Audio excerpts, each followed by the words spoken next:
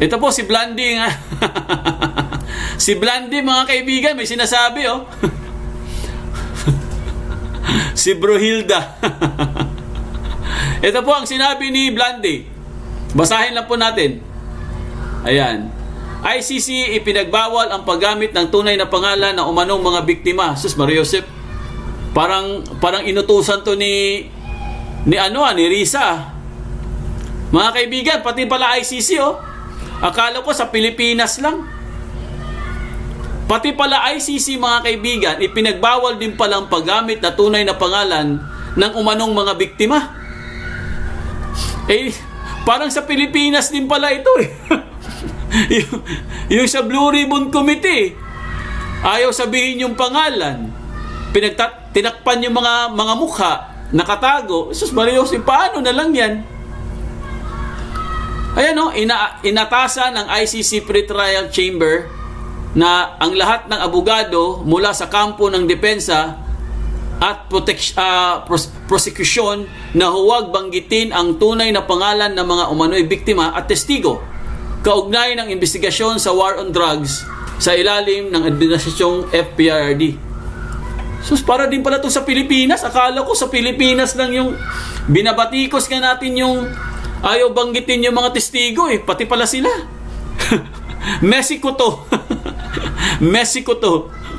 Imbis na Mexico ko, Mexico to. Inatasan ng International Criminal Court or ICC Pre-Trial Chamber na lahat ng abogado mula sa kampo ng depensa at prosekusyon na huwag banggitin ang tunay na pangalan ng mga umano'y biktima at testigo kaunay ng investigasyon sa war on drugs sa ilalim ng administrasyon ni dating Pangulong Rodrigo Duterte. Ayon sa direktiba ng ICC Judge Julia Antonelia Motok, ayun si Motok pala to, si Blandy, kailangan gumamit ng mga pseudonym o alias sa lahat ng pagtatalakay at dokumentong ihaharap sa korte upang maprotektahan ang mga identity at matiyak ang seguridad ng mga individual na sangkot sa kaso. Layunin nila ang hakbang na ito na maiwasan ang posibleng panganib, pananakot o anumang uri ng paghihiganti laban sa mga testigo at pamilya ng mga nasawi habang nagpapatuloy ang proseso. Sa bagay, may sense din, no? Pero dapat kasi, pag mga ganyan po, mga kaibigan, na talagang grabe na po ang inyong pag-aakusa sa ating Pangulong Duterte, dapat ilabas nyo talaga yung tunay na mga ebidensya, tunay na mga witness, tunay na mga testigo. Di ba? Para malaman natin kung talagang totoo yung mga sinasabi ninyo. Kasi pag hindi po, guys, gano'n na naman, parang nangyari na po yan dito sa Pilipinas, ayaw sabihin yung mga testigo, ayaw ipakita ang mga mukha, paano ka makakasigurado na talagang meron talaga silang nakuhang mga ebidensya? O nga, style ni virus, ginaya eh. Pati ba naman ICC, ginaya yung style ni virus? Giatay ko na kay. Rene Bagon, ibig sabihin bendalo din pinapairal nilang mga batas na ng ICC. O nga, bendalo din pala itong mga hinayupak na to. Akala ko ha? Sila din pala bendalo? Pambihira naman, oh.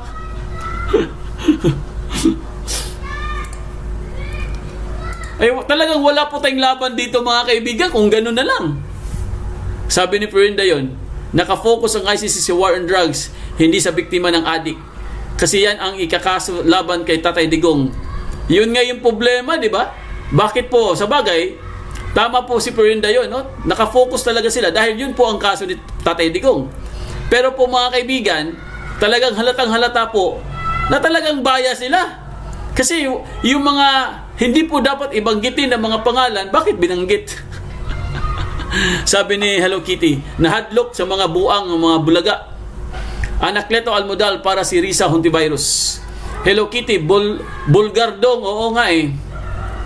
Senya Takaysan. Senya Takaysan. Naku po, mali na naman yata yung hindi pangalan ng tunay na pangalan ng mukha. Baka naman tanim witness yan. Malamang, tanim witness talaga yan. Si Feli Bia, napakasinungaling pinagsasabi ng Filipino lawyer, very biased. Marivic Casiano is unfair, ICC bulok. Vilma Dordines, Alam mo, Idol, matagal na sanang nakalaya si Tatay Digong kung hindi binabayaran ng mga ICC na yan para idiin talaga sa ex-President Duterte. Jacinto Sibunga, ano to? Ayan, ano to daw? Ano to? Nagtanong pa, ano to? So mga kaibigan, talagang wala po ito guys. Klarong-klarong bias. Ewan ko lang kung paano po ito gagawin. Di ba? So, asahan po natin mga kaibigan, pero bakit binanggit yung ano? Bakit binanggit yung pangalan ni BP Sara at saka ni Baste? Saka ni Pulong? Okay, yan ang pinaka-problema dyan. Paano pag peke lang po yung mga witness? Peke yung mga ebidensya. Kaya po mga kaibigan, kailangan po maingat dito si Attorney Nicholas Kaufman. Kasi baka mamaya mga kaibigan, ang kalaban niya dyan ay puro mga peke. Di ba? Wala pong kawawa po si Attorney at kawawa dyan si Attorney Nicholas Kaufman kung hindi niya paghahandaan yan. Kasi paano pag lahat pala ng mga witness na nakuha nila, puro mga tanim witness lang. Di ba? So paano i-counter yan ni Attorney Nicholas Kaufman? Paano gagawin niya dyan? Di ba? Sa bagay, siguro na-preempt na niya yan, no? Of course, kasi siyempre, abogado siya eh. Kailangan niyang paghandaan yan. Kasi mangyayari naman talaga yan. Di ba? So, posible, no? Ito po posible po mga kaibigan na ang mga biktima po, no? Ito posible po na ang mga biktima po ng EJK case ay ihaharap po mga kaibigan mismo, no? Ihaharap mismo sa ICC. Posible yan. Posibleng mangyari yan. Kaso lang, ang tanong, magpapakita kaya itong mga biktima ng EJK sa kanilang mga mukha?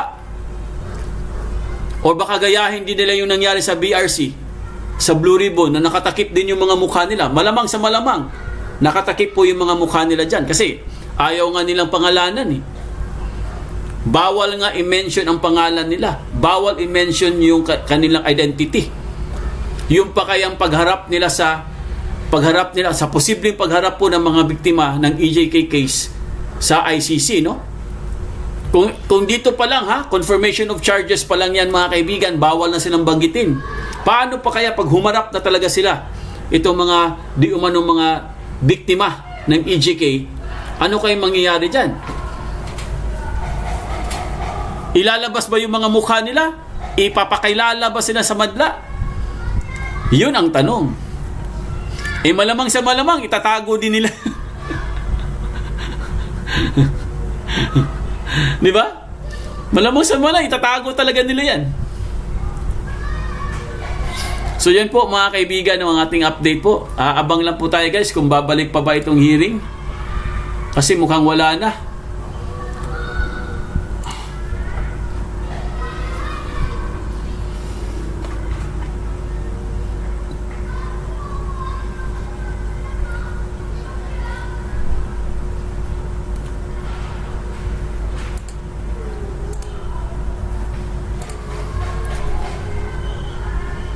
Si Francia Leminte, taga-fans yan, babae, animal, kangaroo court, money. Daming tao din sa labas ng ICC, mga DDS. Mine only, naka-live pa ulit ICC. Ayan. Jesusana Shingay, scripted nga.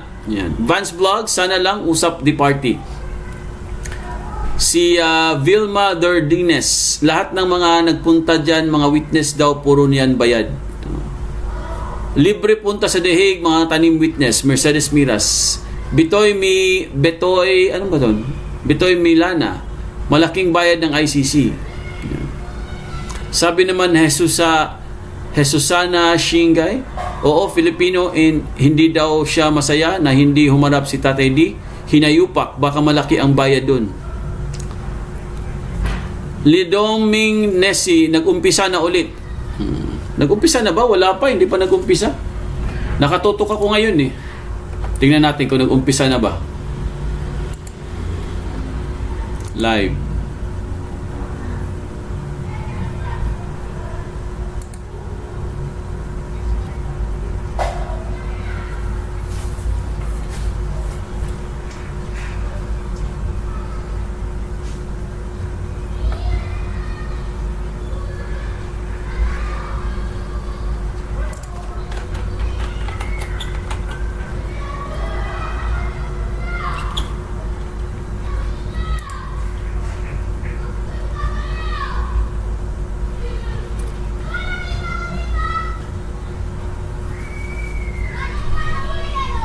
Teka lang, balik na po natin.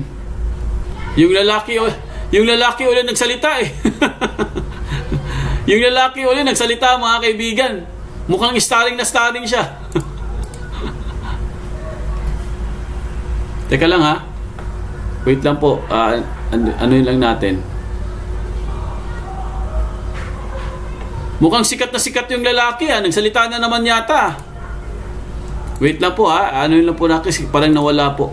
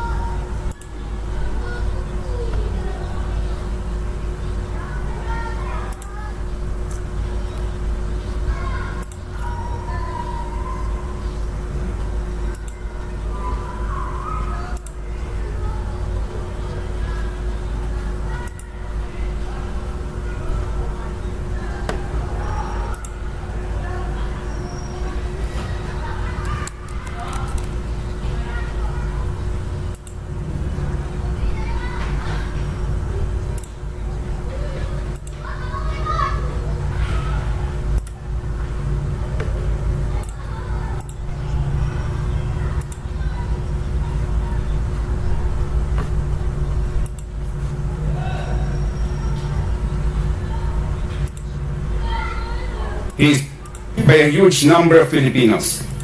In so many countries, you will need to hide your adoration of Hitler. Mr. Duterte flaunted it, and his fanatics are unaffected by it.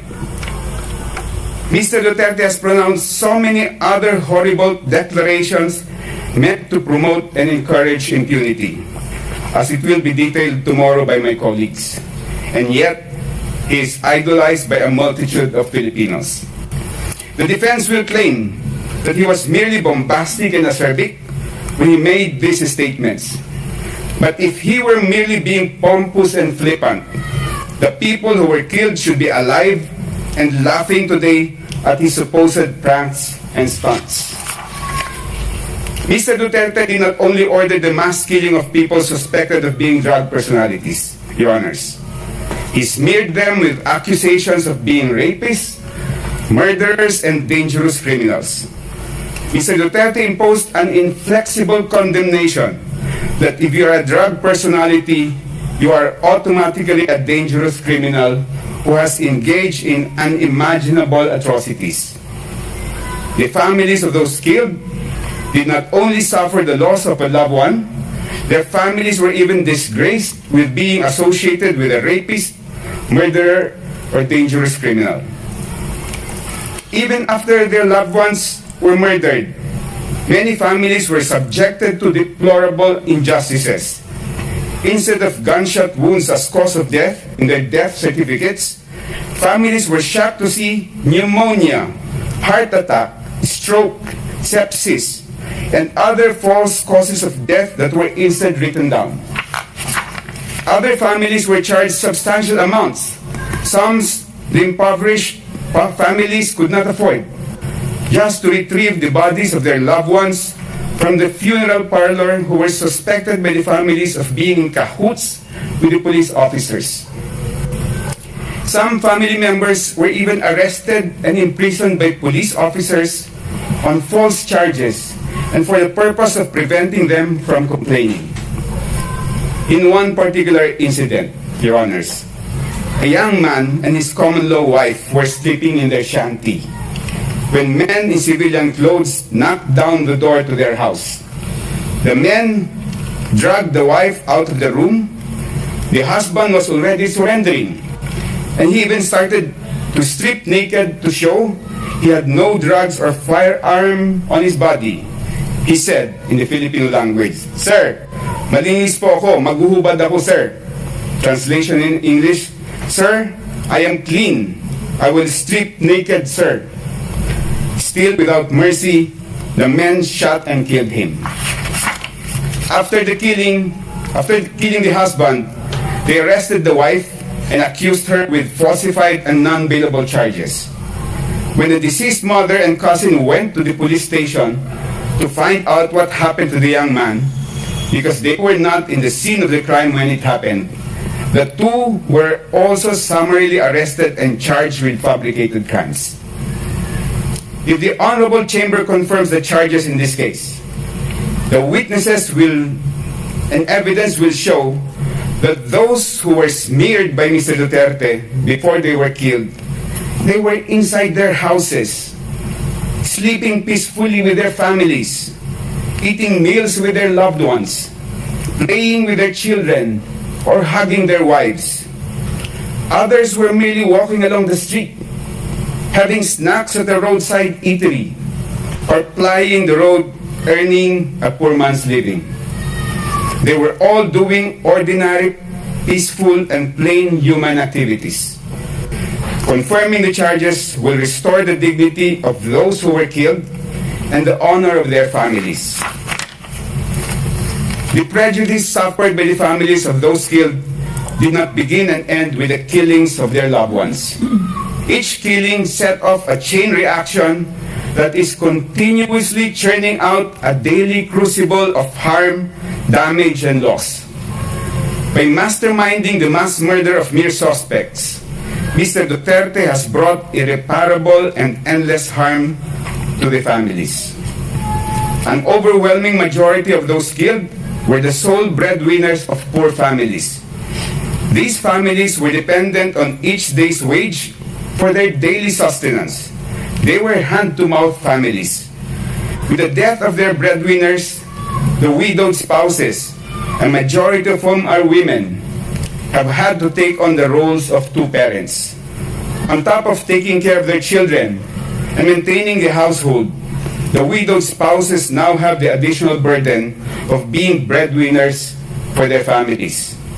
Families have been driven to even far more serious destitution, Your Honors. The damage to the children is immeasurable. Their development and upbringing have been permanently compromised. They have been walking through life with one missing parental limb. Losing a parent under very dire economic conditions and under the most violent circumstances results in wounds that will...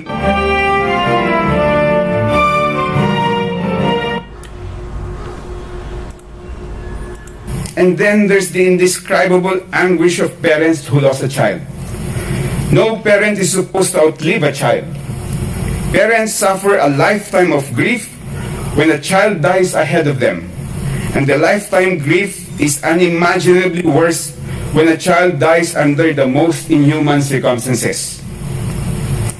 The crimes masterminded by Mr. Duterte did not only affect individuals but whole communities. Across the Philippines, numerous urban communities of the most impoverished villages were scarred by the violence and abuses wrought by a lawless anti-drug campaign that further worsened the misery and trauma of residents in marginalized communities.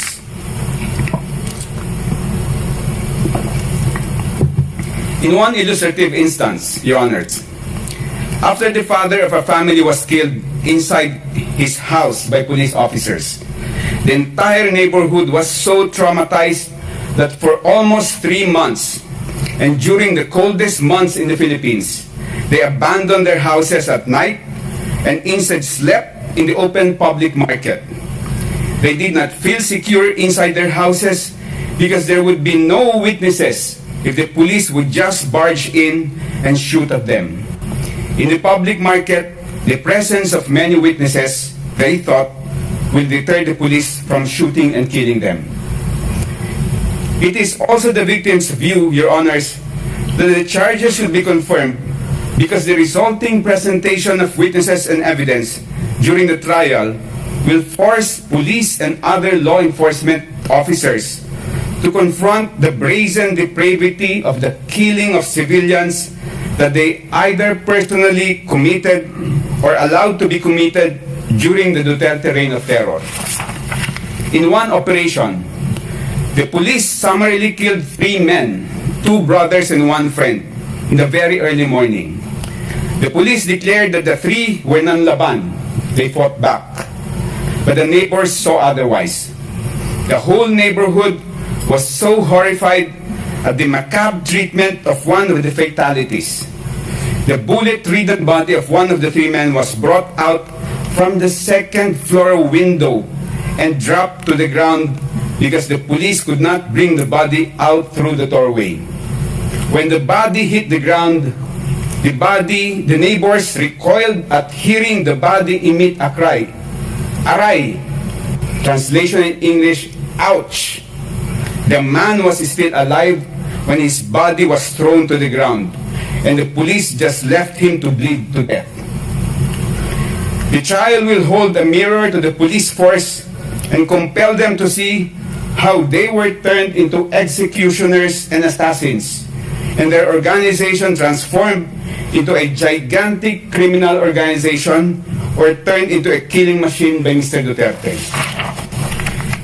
The Philippine National Police and the drug enforcement agencies have not made any initiative to purify the corrupted minds of their officers and personnel to our knowledge. The trial in this case will be a tremendous teaching opportunity that can work to rectify the warped and depraved minds of Philippine security officers. The charges need to be confirmed, Your Honors, for the sake of the entire country, which has been desensitized or made numb by the massive incidents of impunity and the glorification of impunity promoted by Mr. Duterte. The whole Philippines needs to know the real story during those bloody years. There has been no opportunity for the entire country to really find out the whole truth of what happened. It has been hush-hush, tidbits of sporadic news, and always drowned out by trolls who mass produce and broadcast false, fake, and fabricated news. The victims also attach a very important historical significance to this case. If the Chamber confirms the charges, the trial proceedings will produce a historical record of the most bloody period of post-war Philippine history, a duty that the Philippine justice system has refused to perform. The historical account of the mass murder of so many Filipinos during the Duterte regime needs to be accessible to our future generations, just like the Nuremberg trials and the Tokyo trials, so that they will learn from it and not repeat the same mistake of selecting and glorifying leaders who preach and practice impunity. The prosecution has presented 78 instances of murder and attempted murder, clarifying that these incidents are only representatives of the extent of the crimes committed against thousands of civilians, Your Honors. The victims beseech the Honorable Chamber to remember that Mr. Duterte's bloody rule, both in Davao City and nationwide, resulted in as many as 30,000 victims of killings, more than 300,000 victims of arbitrary imprisonment, and unaccounted numbers of victims of torture, sexual assault, and other forms of crimes against humanity. For many families in the Philippines, the charges brought for confirmation in these proceedings represent only a fraction of the reality the victims have endured. The victims beseech the Honorable Chamber to remember the hundreds of thousands of victims are banking on vicarious justice from this case. Finally, Your Honors. Excuse me, Counsel, you have 5 minutes left. Thank you. Finally, Your Honors, the victims wish to humbly underline that what is ultimately at stake in these proceedings is the supreme of all forms of human rights, the right to life. The right to life is the very foundation of every civilized society. The ancestors of every nation fought against invaders, colonizers, despotic monarchs, and fascist leaders in order to secure the right to life of their families, their communities, and the future generations.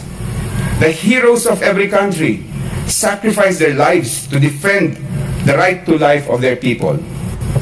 We as citizens of modern societies are inheritors and beneficiaries of these sacrifices of our ancestors who bequeathed to us the right to life. We owe it to them to defend the supreme legacy for our generation and for the generations to come.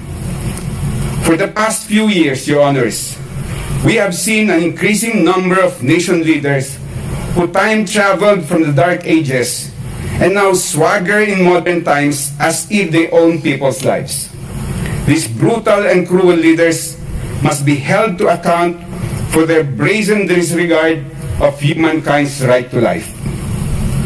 Our ancestors fought in the battlefield to secure a right to life. In these modern times, the battleground for the fight to protect our right to life is within the four walls of this honorable court. May the God of life, the God of humanity, guide the honorable members of this chamber. Thank you, Your Honors. Merci beaucoup, Maître. Judge Motok, thank you very much, Counsel Butunyan. Now over to the defence. Mr. Kaufman, please. And I thank Mr. Butunyan for his intervention. But I feel that I ought to remind him that this is a court of law which decides matters on the basis of evidence, not on the basis of political demagoguery, and not on the basis of a desire to effect regime change despite the democratic will. Yes. And certainly not on the basis of statements made by Ombudsman Jesus Crispin Remula, who professed that domestic justice would be denied, according to Mr. Butunyan, because of the lack of forensic reports and police reports. Now, I don't know which case Mr. Butunyan's metaphorical ship sailed into, but he clearly hasn't read the evidence.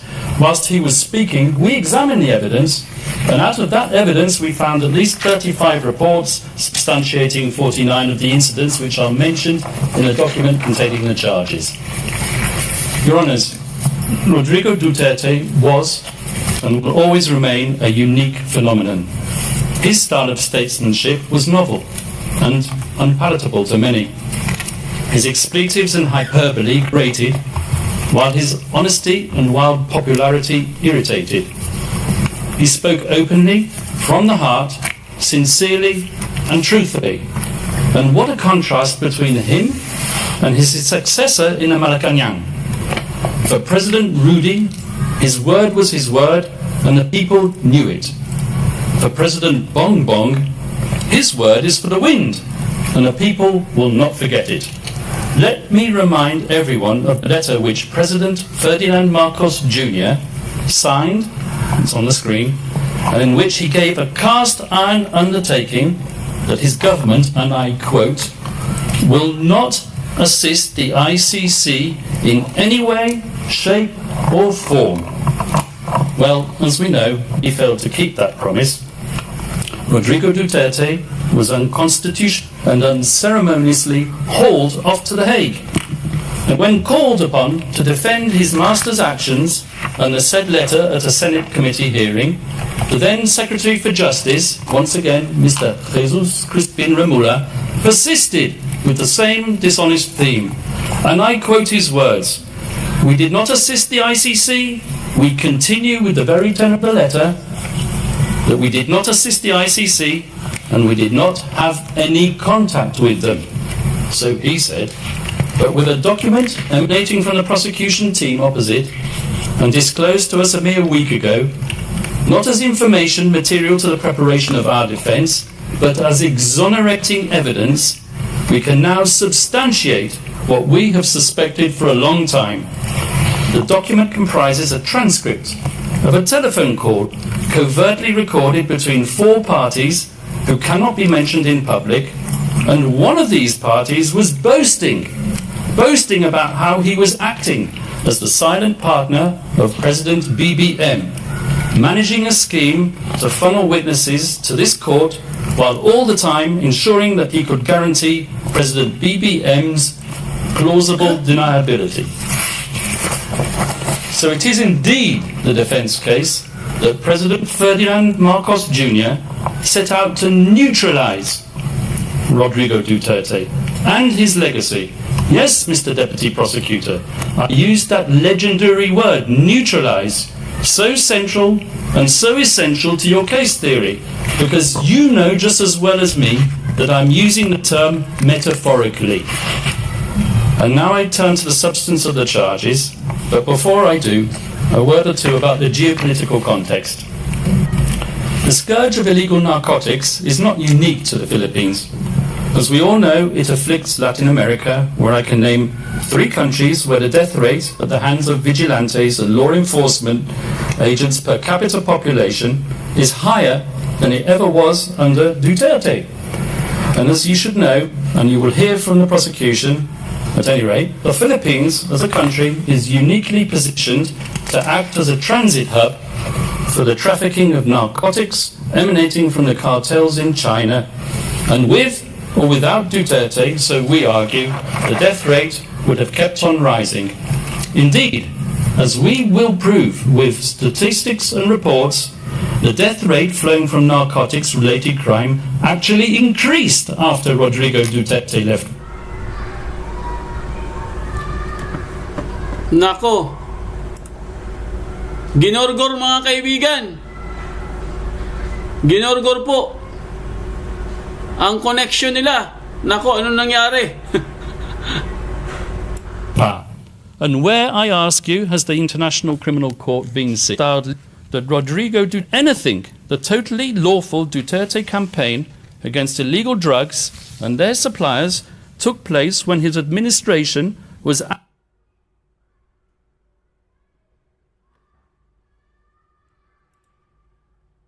Ginorgor po yung connection nila mga kaibigan.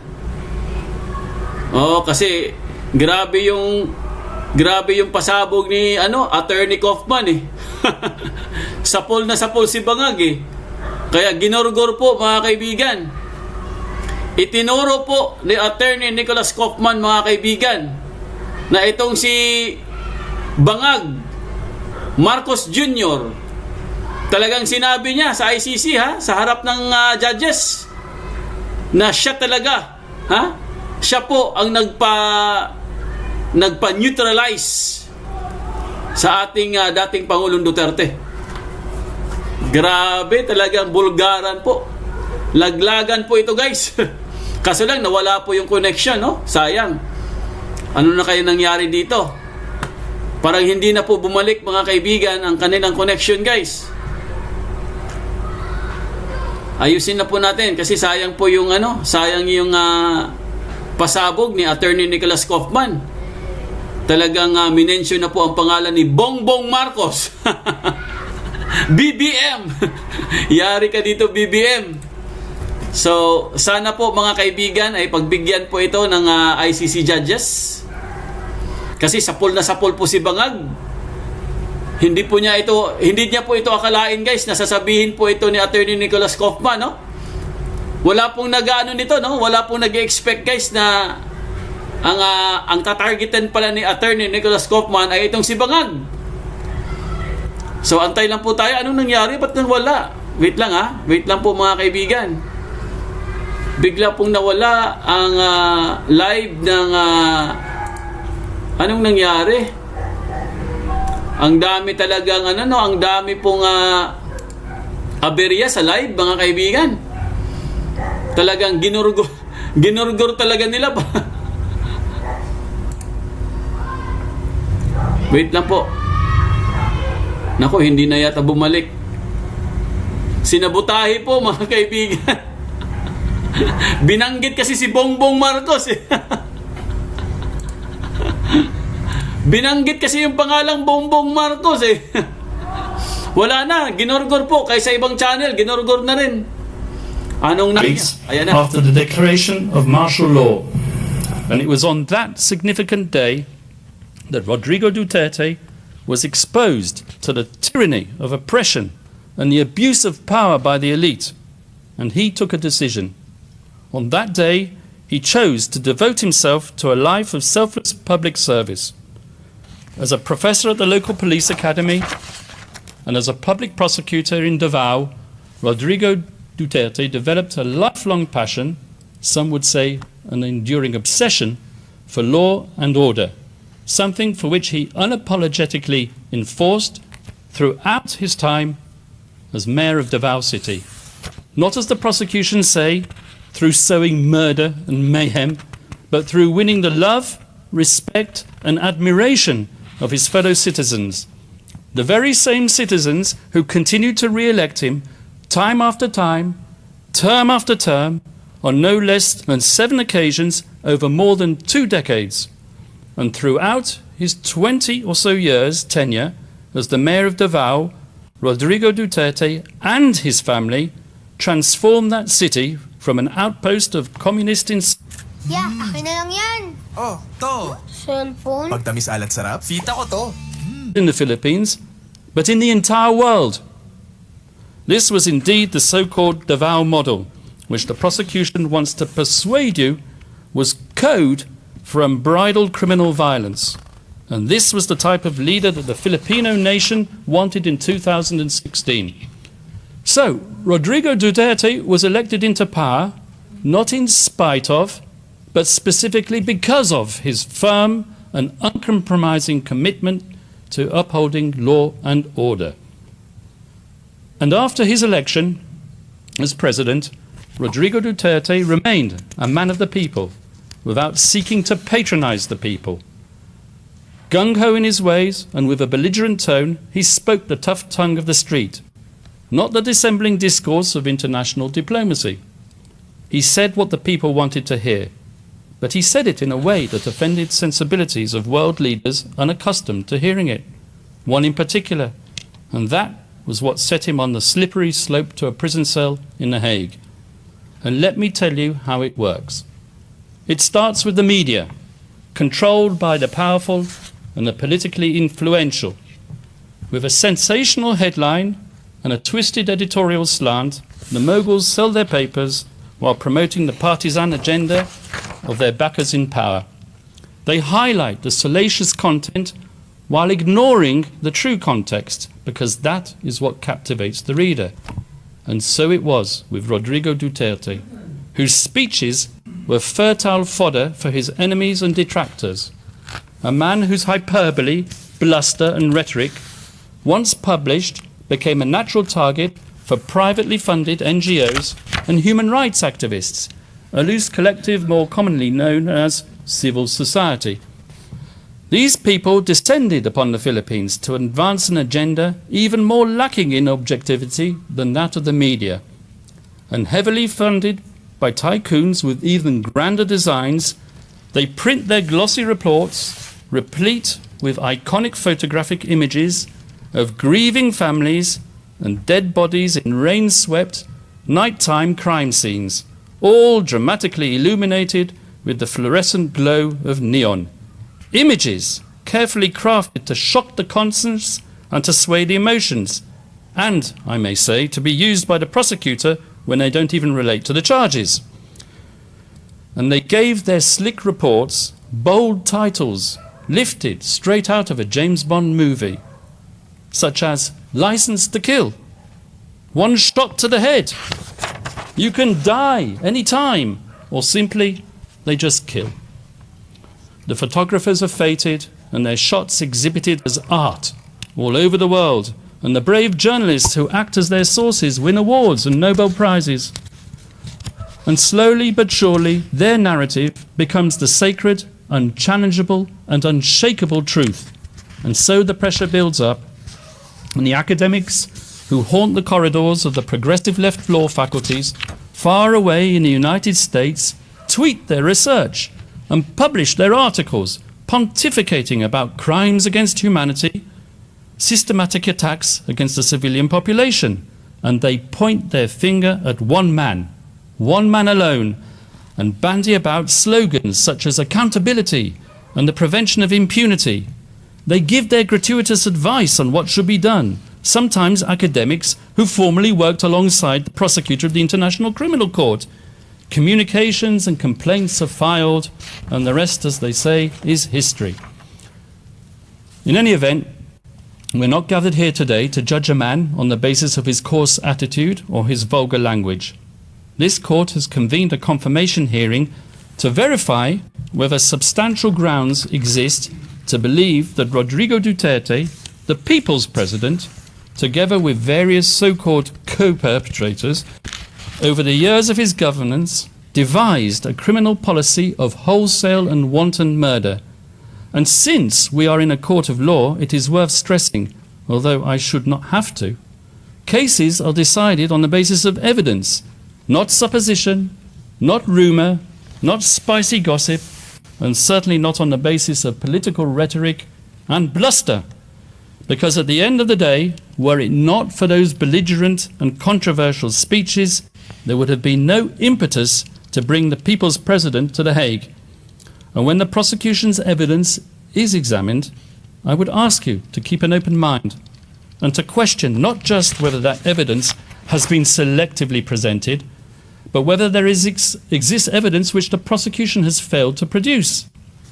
And I say this with justifiable cause, particularly with respect to the Duterte rhetoric, as we will prove during the substantive part of our submissions. The notorious speeches on which the prosecution relies have been cherry-picked to suit its narrative, while ignoring the many other speeches when the former president tempered his bombastic language by clear reference to the principle of lawful self-defense. We, the defense, have read as many of these speeches as we can find. In fact, in our poky little office on the top floor of the furthest building away in this complex, we have a counter which ticks and ticks.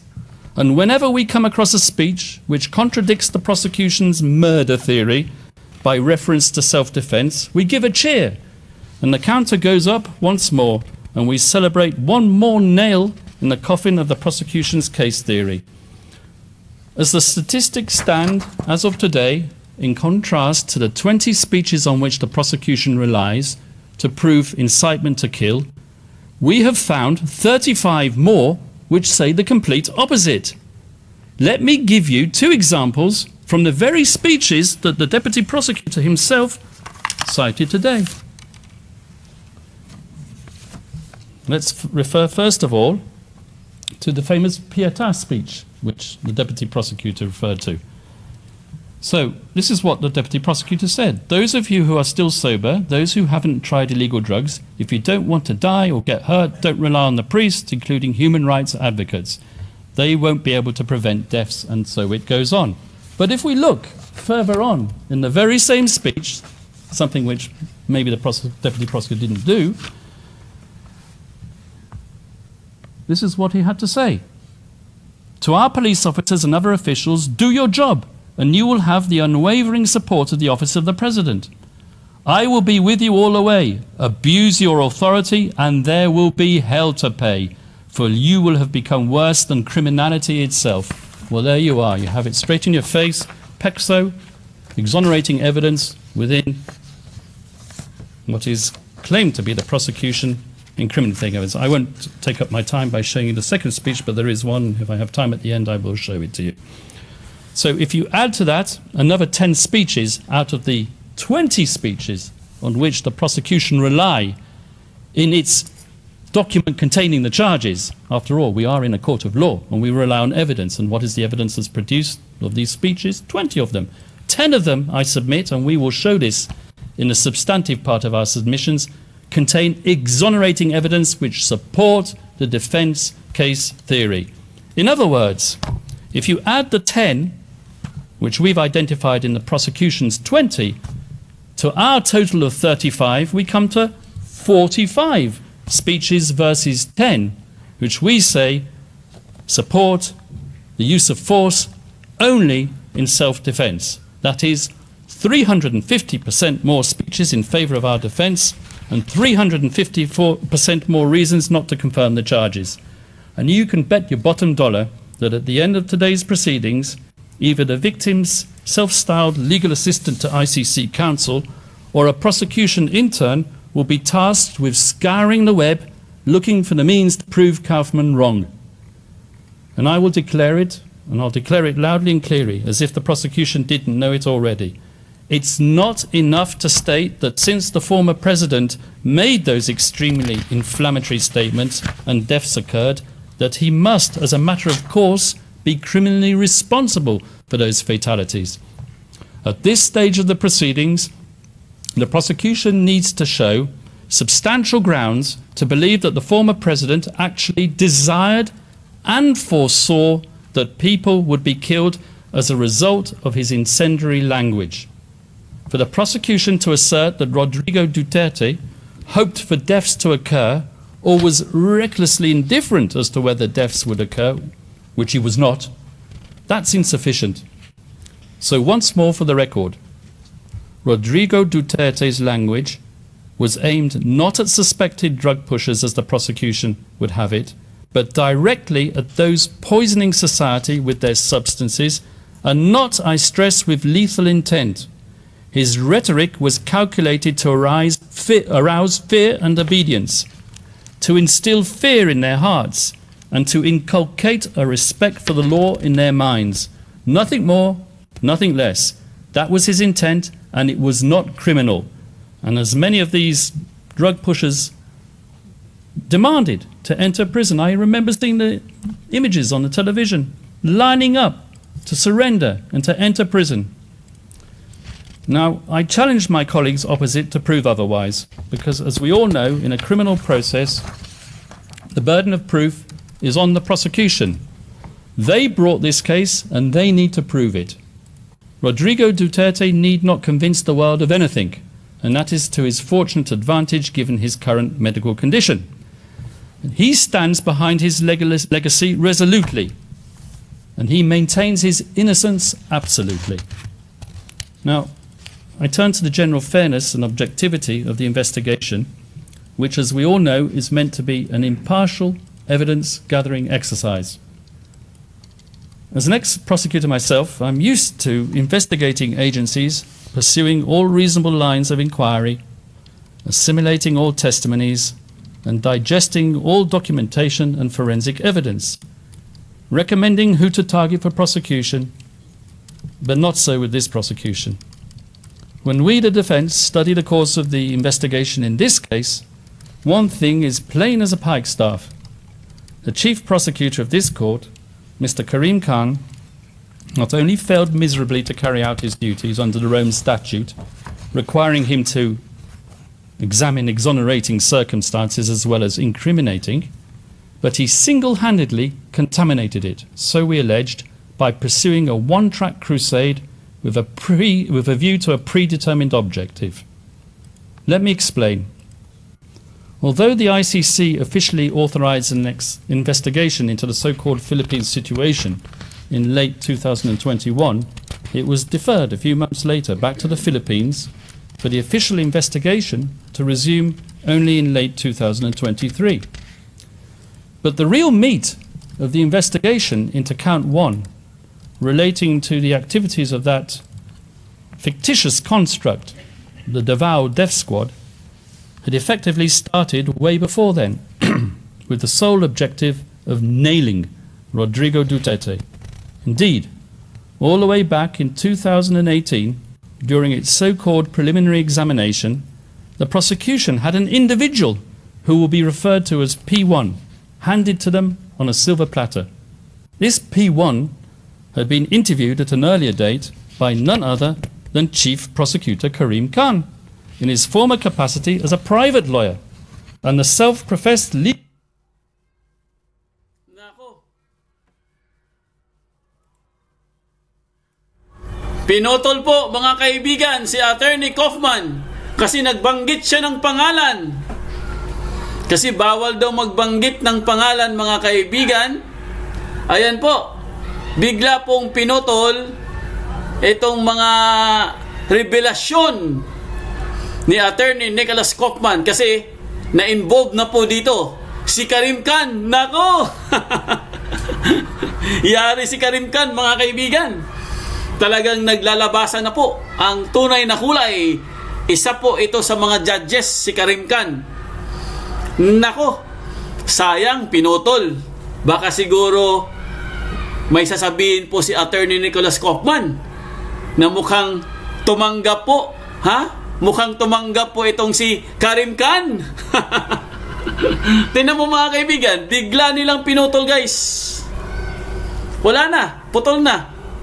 Ewan ko po kung ito pa ay matutuloy pa ba ito, mga kaibigan, or talagang tuluyan na pong nawala ang kanilang hearing. Kasi itong no broadcast, galing na po ito mismo sa ICC. So ngayon, ang tanong mga kaibigan, bakit po bigla itong naputol? Samantalang talagang napakainit na po ang sinasabi ni Attorney Nicholas Kaufman. Rodrigo Duterte's role as the mobster-in-chief. The same... Nako, ano bang nangyari? Wala na siguro talaga. Ano pong nangyari mga kaibigan? Mukhang pinutol po. Mukha talagang may tinatago sila, no? Kasi pinutol eh. Kasi lumabas kasi yung pangalan ni Karim Khan. Oo. Ang kwento kasi ni Attorney Nicholas Kaufman mga kaibigan, patungkol po sa pinaggagawa nitong Karim Khan na to. Kasi kung naalaala nyo mga kaibigan, si Karim Khan po ang pumunta, kung hindi ako nagkakamali siya po yung pumunta sa Maynila, sa Pasay. Siya yun. Nakita pa nga, may mga photos pa nga yan eh. Pati si Blandy yata. Pati po si Blandy kasama din yan eh. Ayaw ko kung may mention ba ni Nicholas Kaufman yan. Diba? Yung sa sa Midas Hotel ba yun? Kay hotel ni Hotel ni Tamba tsaka ni ni Zaldico, sila yun eh. 'Di ba? Lumabas yan sa sa mga source na sila po yung nag-accommodate dito kay Karim Khan tsaka ito kay kay Blandy kasi may picture yan na nakita eh. 'Di ba? Ibig sabihin guys, yung mga judges na yan, matagal na po sa Pilipinas. Matagal na siya pumunta sa Pilipinas. Panahon pa ng mga yung ni Lisa Tanas, no? Saka itong si Tambaluslos, yung naalala niyo sa Okada? Oo, yun. Halos magkasunod lang yan eh. Si Triniling si Triniling po, gikuyog ba? Oo, tama, Hello Kitty. Her preparation. And what was this information with which Karim Khan had helpfully provided her? A book on which the prosecution relies as evidence. A trashy, scurrilous item of pulp fiction entitled Duterte Harry. Your Honours, the picture on the front cover of that book says it all. It really does scream objectivity, doesn't it? I say that sarcastically, of course. Fortunately for us, the defence, the appeals chamber, has now disqualified Chief Prosecutor Karim Khan from this case. A welcome development as a matter of ethical propriety, but in our opinion, too late in the day to salvage the integrity of the investigation that he had supervised. An investigation in the course of which he concealed his former role as the victim's counsel, who had deemed our client a suspected murderer as far back as 2018 and right up to the very day before this pre-trial chamber issued its arrest warrant. Your Honours, over the next few days, we hope to convince you of the wholly insufficient nature of the evidence against Rodrigo Duterte. We will show you that the paltry number of speeches on which the prosecution rely do not manifest. Nak, magba-Valentine's ngayon. Wala ka bang kadit?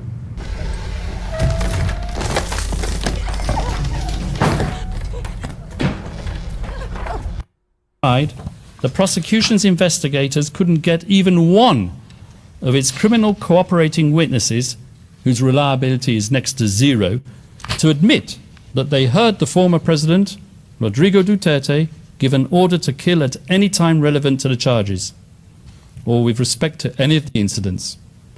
And we hope that when you conclude your deliberations, Your Honours, that you will dismiss these grievously misplaced and politically motivated charges.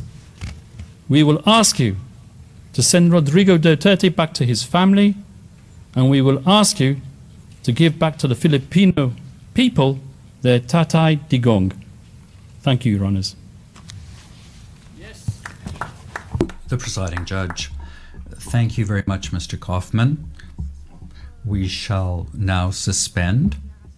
This is the end of initial statements, and this is the end of this morning's hearings. We will take a 90-minute break and resume at 2 in the afternoon. Thank you very much.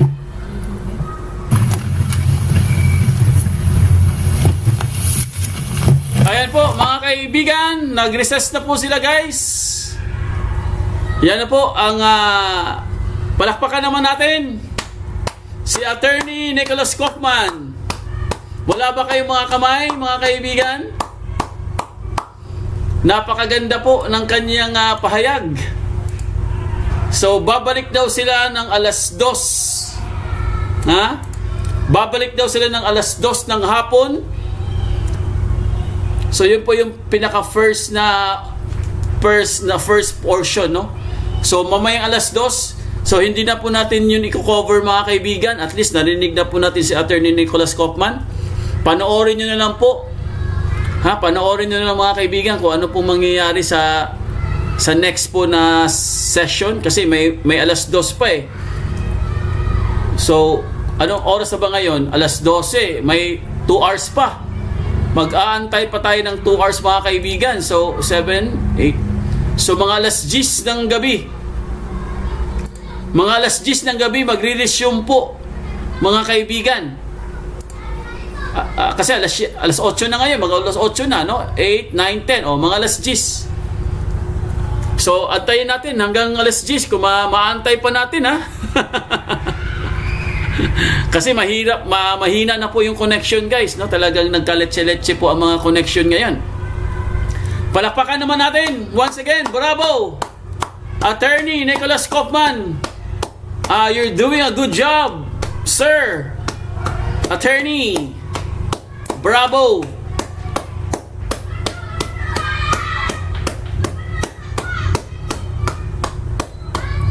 Opo, mga 1 hour to go. Hello, Kitty. Oo. Break time muna, break time. Medyo mahaba-haba pa yung pag-aantay natin, 2 oras.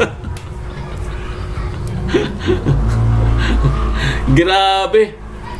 Ang galing po ni Attorney Nicholas Kaufman, mga kaibigan. Talagang nasabi niya lahat, no? Wala naman siya nakaligtaan eh. Lahat po ng mga sinabi ng abogado ng kabila na puro kasinungalingan ay na-counter naman niya, guys, no? Nabigyan naman ng justice ni Attorney Nicholas Kaufman.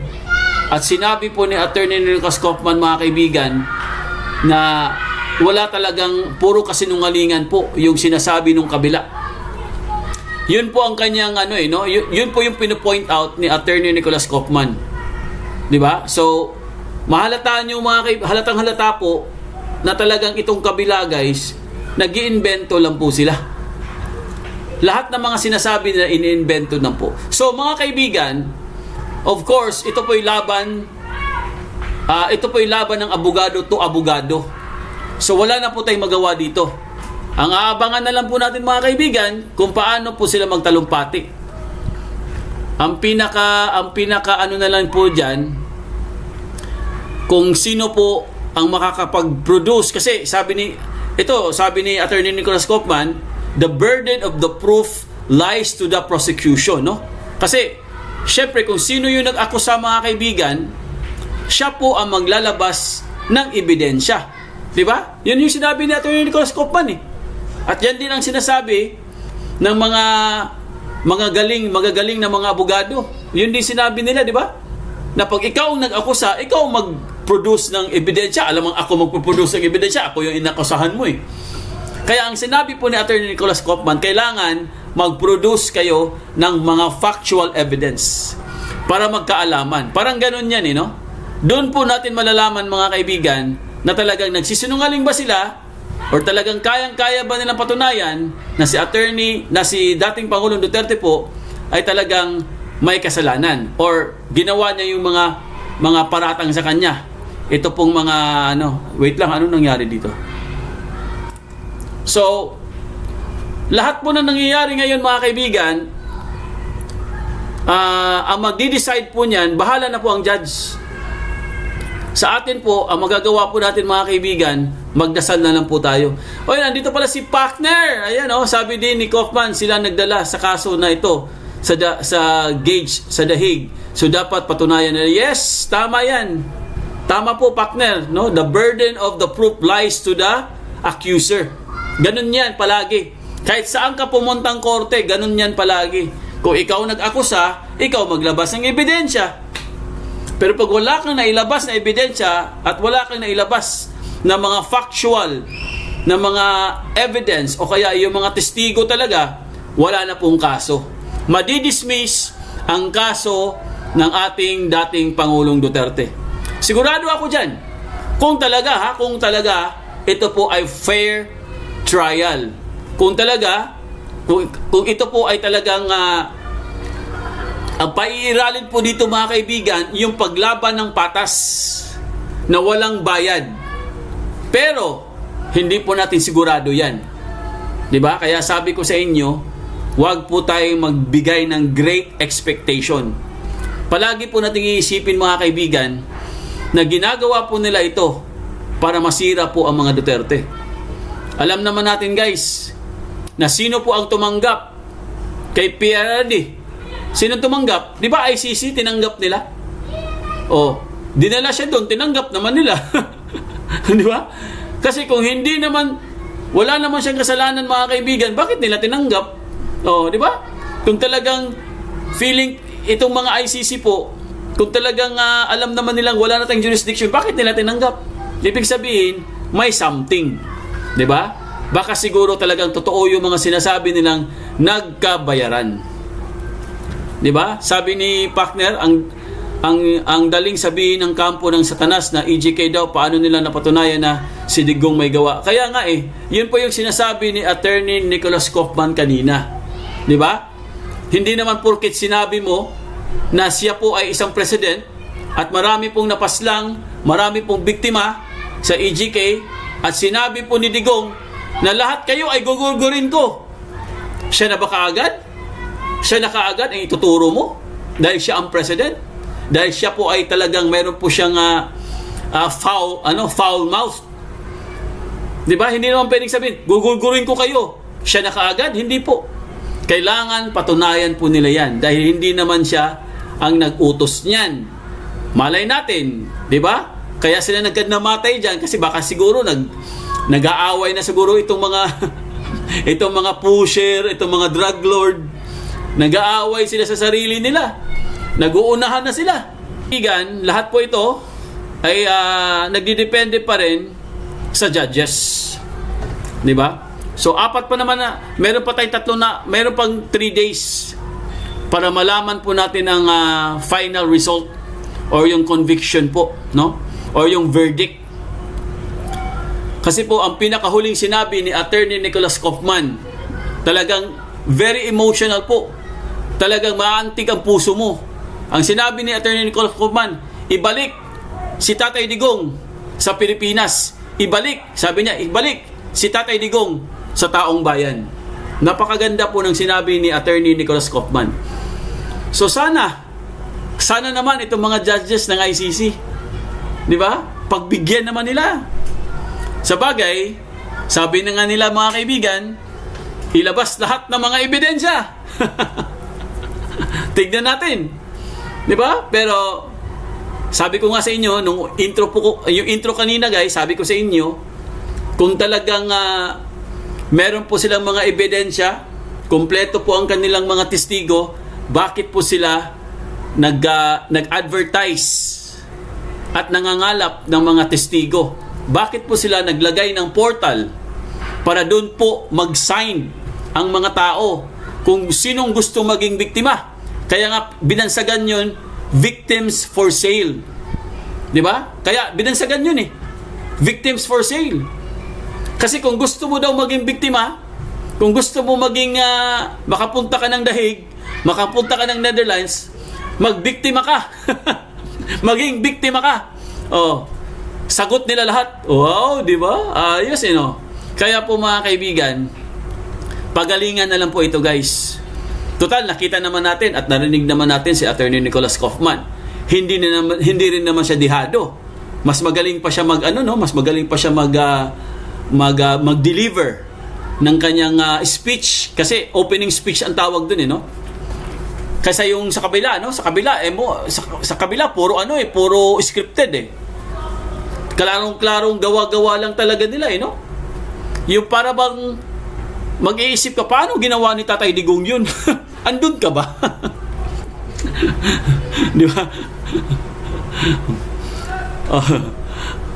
Sabi ni partner, ICC ba naglalabas nun, partner? Anong ICC? Ba ang naglalabas nun, partner? Sinong naglalabas? Na mga evidence? Sabi ni Menchie Hison, sinong gumastos sa mga pamilya na biktima at saan galing ang pera? Yun lang! Yung sinasabi siguro ni partner kung ICC ba ang ang nag-advertise. Opo, ang ICC po ang nanghingi or nag-advertise noon. Naghahanap sila ng kung gusto daw maging testigo.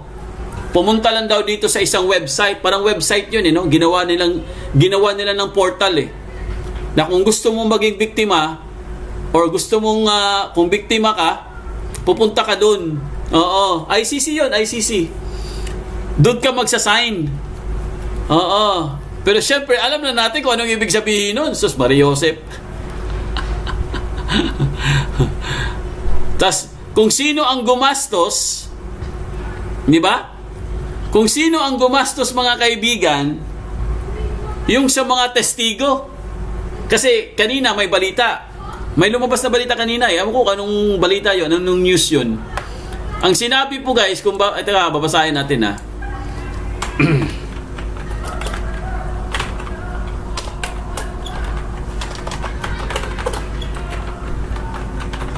Lumabas kasi kanina sa balita na ang sinabi po nila, family members,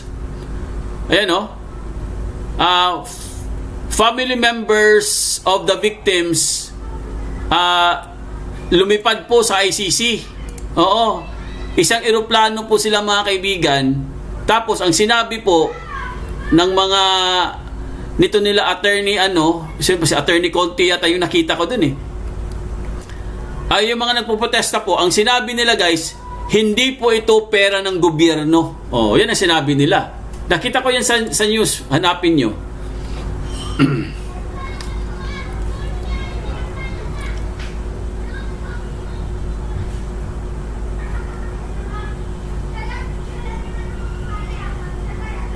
Kasi kanina po, mga kaibigan, nagtipon-tipon po yung mga nagtipon-tipon po yung mga di umano yung mga biktima, no? Mga pamilya nila, mga relatives.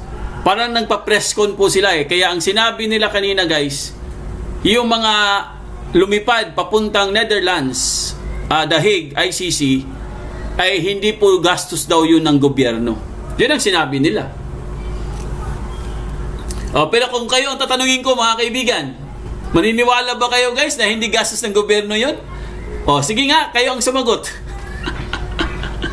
Sabi ni partner, tapos may nilabas si Bam Aquino na magsasayang lang daw ng pera ang Pilipinas para mga witness lahat para sagot nila. Nako. Tama yan, partner. Ibig sabihin, sila ang gumastos. Kasi nilaglag sila ni Bam Aquino Di ba? Sana yung ginastos sa pamasahe at mga gastos na sana binigay na lang ng mga nasalanta ng bagyo. Mga animal yan, sabi ni partner. Hanapin mo si Bam Aquino. Alfred, the argument of the prosecution are based of the appeal of emotion, which is fallacy in argumentation known as argumentum ad hominem. Ano to? Amonihim? Emonihim? Emotional? Adele, pagong lang maniwala. Merna Magno, hello everyone here. Nakita ko lang sinabi ni Bam. Tama po, partner, na sinabi talaga ni Bam yan. Kaya nga sabi ko sa inyo guys, maniniwala ba kayo na hindi gastos ng gobyerno yun? Kayo po ang sumagot, mga kaibigan. Magbigay po kayo ng inyong mga sariling komento at mga reaction po. Kung ano po ang masasabi nyo dyan. Kung talaga bang walang gastos ang gobyerno, ewan ko lang Ewan ko lang Diba? So mga kaibigan, babalik po ang ICC mga anong oras na ba? Alauna na. Alauna na guys. So babalik po ng 2:00. So antayin na lang natin ng konti. Ako, 1 oras pa. Meron pa tayong 1 oras na break. Sabi naman, ayaw iparinig ang speech. Opo, ayaw iparinig. Sabi dito, ayaw iparinig ang speech ni Attorney Kaufman. Di ba? Ayaw iparinig, no?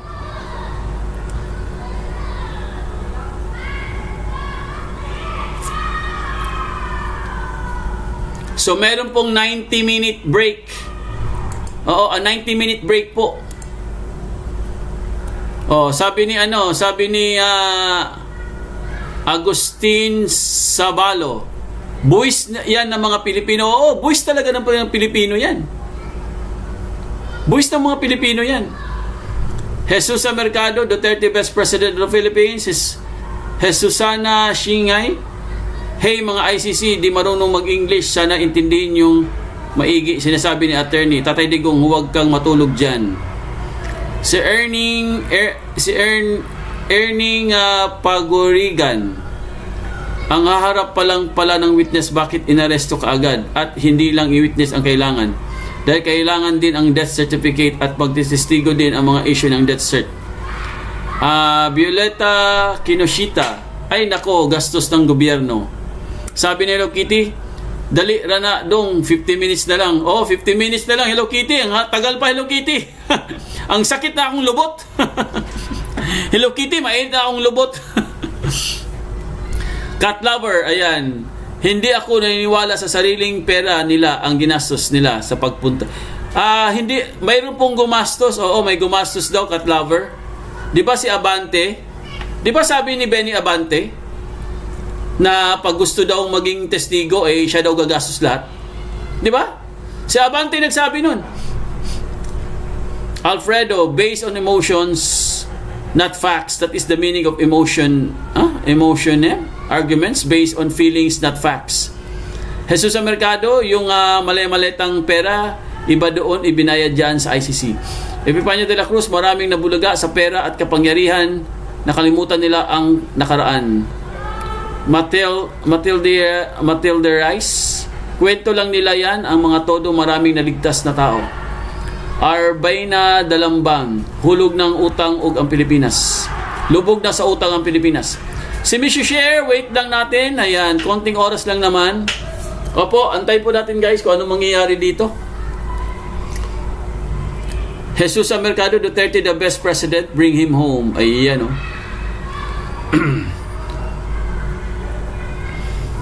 Ayan, tuloy-tuloy lang po tayo.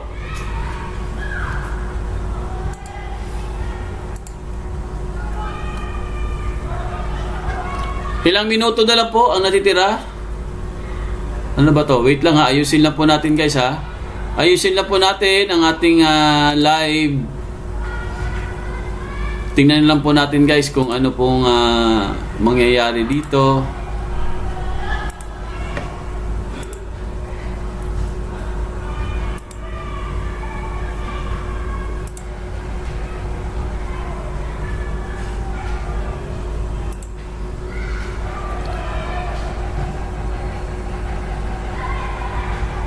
Ayan po, 9:25. Babalik po tayo guys, 9:25 PM. Anong oras na? Nakita niyo yung oras dyan? Ayan live in 71 minutes. February, ayan. 9:25 PM po. So, antayin lang po natin. Konti na lang yan. Konti na lang yan, konti na lang.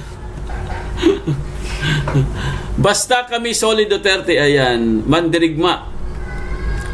Jocelyn Villaflor Prudente, Tatay Digong, the best president over the world, watching Saudi Arabia. Kape-kape daw, kape-kape. Buti pa kayo may kape. Si Alfredo, pag di mo pera, gastusin mo sa Ayan. Si Mrs. Share, 2 beses pinutol, siguro may utang, tatakpan galing. Opo, hindi po nila, ayaw po nila pagsalitain. Kasi binanggit yung pangalang Karim Khan Di ba? Binanggit yung pangalan ni Karim Khan. Kasi ito po yung instruction ni instruction ni ni Maldita ni Blandy. Sabi niya ICC ipinagbabawal ang paggamit na tunay na pangalan sa umanong mga biktima. So, kaya siguro pinutol mga kaibigan yung nung nag-speech na po si Attorney Nicholas Kaufman, kasi po ang dami na niyang binanggit eh. Baka siguro takot sila, no? Kasi si Karim Khan po mga kaibigan, tinanggal yun eh. Tinanggal po siya sa ICC dahil po sa kanyang kaso. Di ba? Bakit laging napuputol, ayaw na lang natanggap ang katotohanan? Luciana Perez, Jesus Mercado, Duterte Best President of the Philippines. Yes.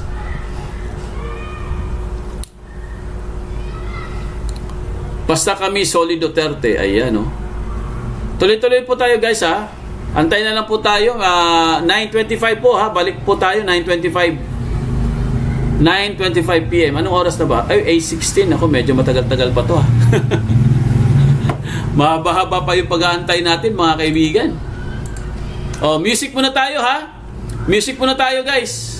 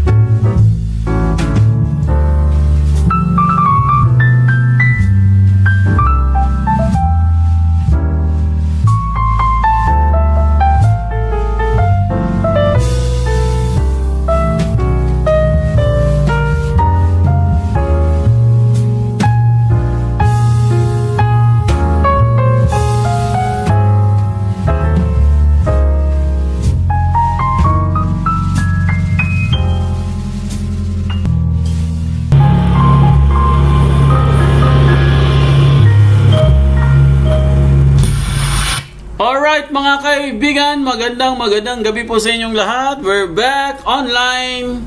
Andyan na ba lahat ng mga suki? Nakapahinga na ba kayo guys?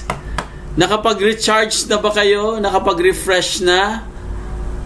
Ito po ang second part ng confirmation of hearing ng ating Pangulong Duterte sa The Hague, Netherlands, ICC. Sa mga suki natin kanina po, update po tayo guys sa mga andito po kanina yung mga nakasaksi sa matinding pasabog po ni Attorney Nicholas Kaufman. Talagang niyanig ang mundo ng social media. Grabe po ang mga pasabog ni Attorney Nicholas Kaufman. Talagang nabanggit ang pangalan ni Marcos Jr. at marami pang iba.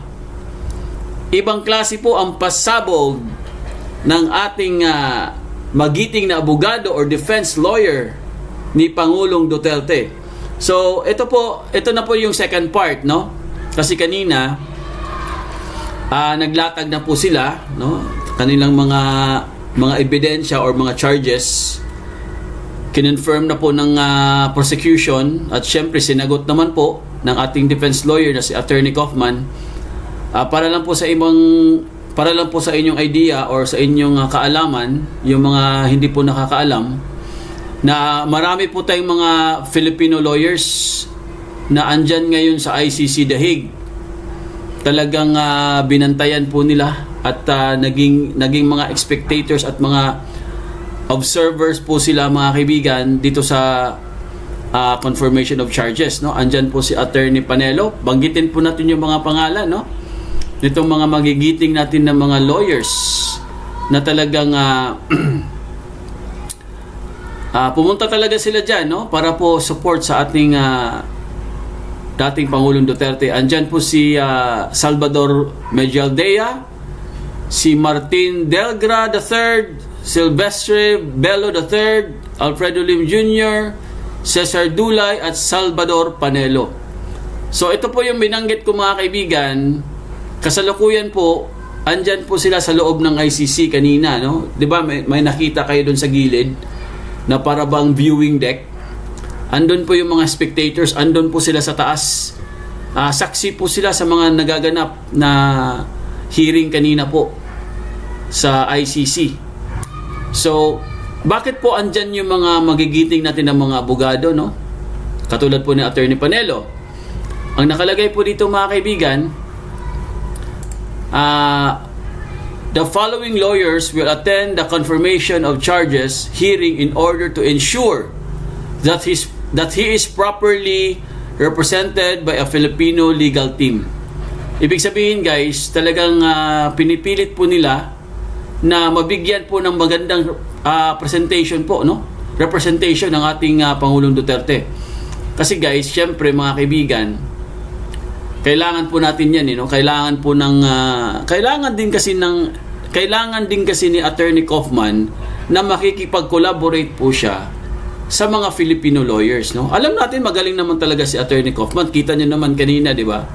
Doon po natin nakita guys ang kagalingan at ang husay ni Attorney Nicholas Kaufman. Talagang lahat po binanggit niya, no? Dahil nagbato po ng mga akusasyon itong mga prosecution po mga kaibigan, at sinagot naman, no?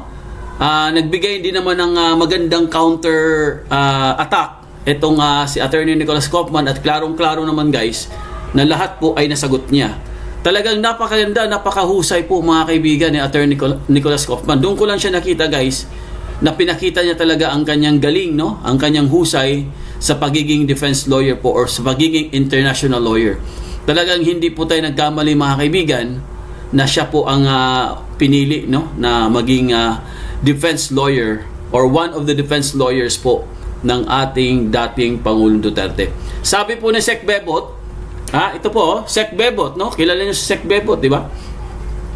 Has been friends with PRD since the 60s. When they were young students, he is Ilocano who speaks Bisaya, who has served PRD as his labor secretary during the most difficult times of bringing OFWs home during the COVID crisis. He was also part of the delegation during the peace talks in Netherlands. One of the best, but even the best lawyers, wala din kahit basura ni Conti in her team compared to these lawyers. If he decided na sila mag-convict, no? So mga kaibigan, i-compare mo naman sa mga lawyer ni Attorney Conti. Kung i-compare po natin dito sa mga magigiting na mga abogado na andun ngayon sa The Hague, no, sa Netherlands para suportahan ang ating dating Pangulong Duterte. Walang-wala naman ito sa kalingkingan sa mga pinagmamalaking mga abogado ni Attorney Conti na hindi nga kilala eh. Kahit ganyan si Attorney Conti, hindi ko naman kilala yan. Ngayon ko lang narinig yung pangalan na yan eh. Kaya pala tawag sa kanya Conti eh. Kasi Conti talaga. So, tayo po ay nagpapasalamat once again, no? Saludo po tayo sa mga magigiting na mga abogado na sila Salvador Medeldea, Martin Delgra, Silvestre Bello, Alfredo Lim Jr., Cesar Dulay at Salvador Panelo. Ito po yung mga abogado guys na andun ngayon sa ICC para suportahan po ang ating Pangulong Duterte. O di ba? Talagang full support, full force po sila ngayon doon. At syempre mga kaibigan, malaki din po maitutulong niya dyan, no? Malaki po ang itutulong nila sa kaso po ng ating Pangulong Duterte. Kasi syempre mga kaibigan, alam naman natin guys na prepared din po, no? Handang-handa din po itong si Attorney Nicholas Kaufman. Kita nyo naman kanina, di ba? Pinakita kaagad niya yung ebidensya, no? Nung sinabi kasi nitong kabila, itong prosecution, ano ba pangalan ng lawyer na yun? Pilipino pa naman yun. Ang yabang-yabang, no? Kung ano-ano mga sinasabi, sa bagay, prosecution nga sila, di ba? So, ang sinabi po dun sa kabila, na meron daw mga speeches or yung mga sinasabi nilang mga galing daw sa bibig ng ating Pangulong Duterte, sinagot naman ni Attorney Nicholas Kaufman. Kasi po, kadamihan naman talaga dun guys, hindi nila tinutuloy. Kumbaga, parang splice po, no? Oh, parang ganun yung dating eh. Pero binasa po ang buong context ni Attorney Nicholas Kaufman. Binasa niya ang buong context. So yun, talagang napatunayan po mga kaibigan na talagang sila po ay gumagawa-gawa lang talaga or mga fabricated po na mga paratang sa ating Pangulong Duterte. So mamaya guys, no, tignan natin kung ano po ang magiging outcome dito. Kasi ito na po yung pangalawang part po. Sana hindi po tayo mawala ng connection kasi kanina pa po tayo naka-live, no? Actually, pangalawang beses na po ito, no? Kasi yung unang live natin naputol. Kaya nagsigunda kaagad ako, no? Nasigundahan ko kaagad. Buti naman, habol pa natin.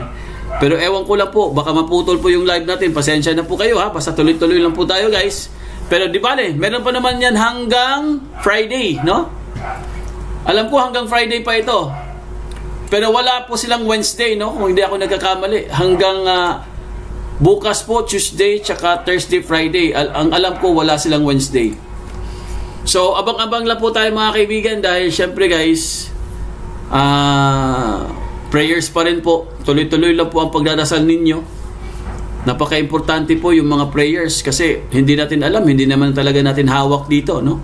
Sabi nga nila, kahit gaano pa kagaling ang mga abogado mo, kung bayad naman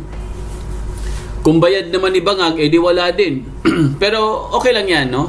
Meron pa naman tayong mga chances po, mga kaibigan. Kasi mga ilang araw pa naman yan. Malay nyo, di ba?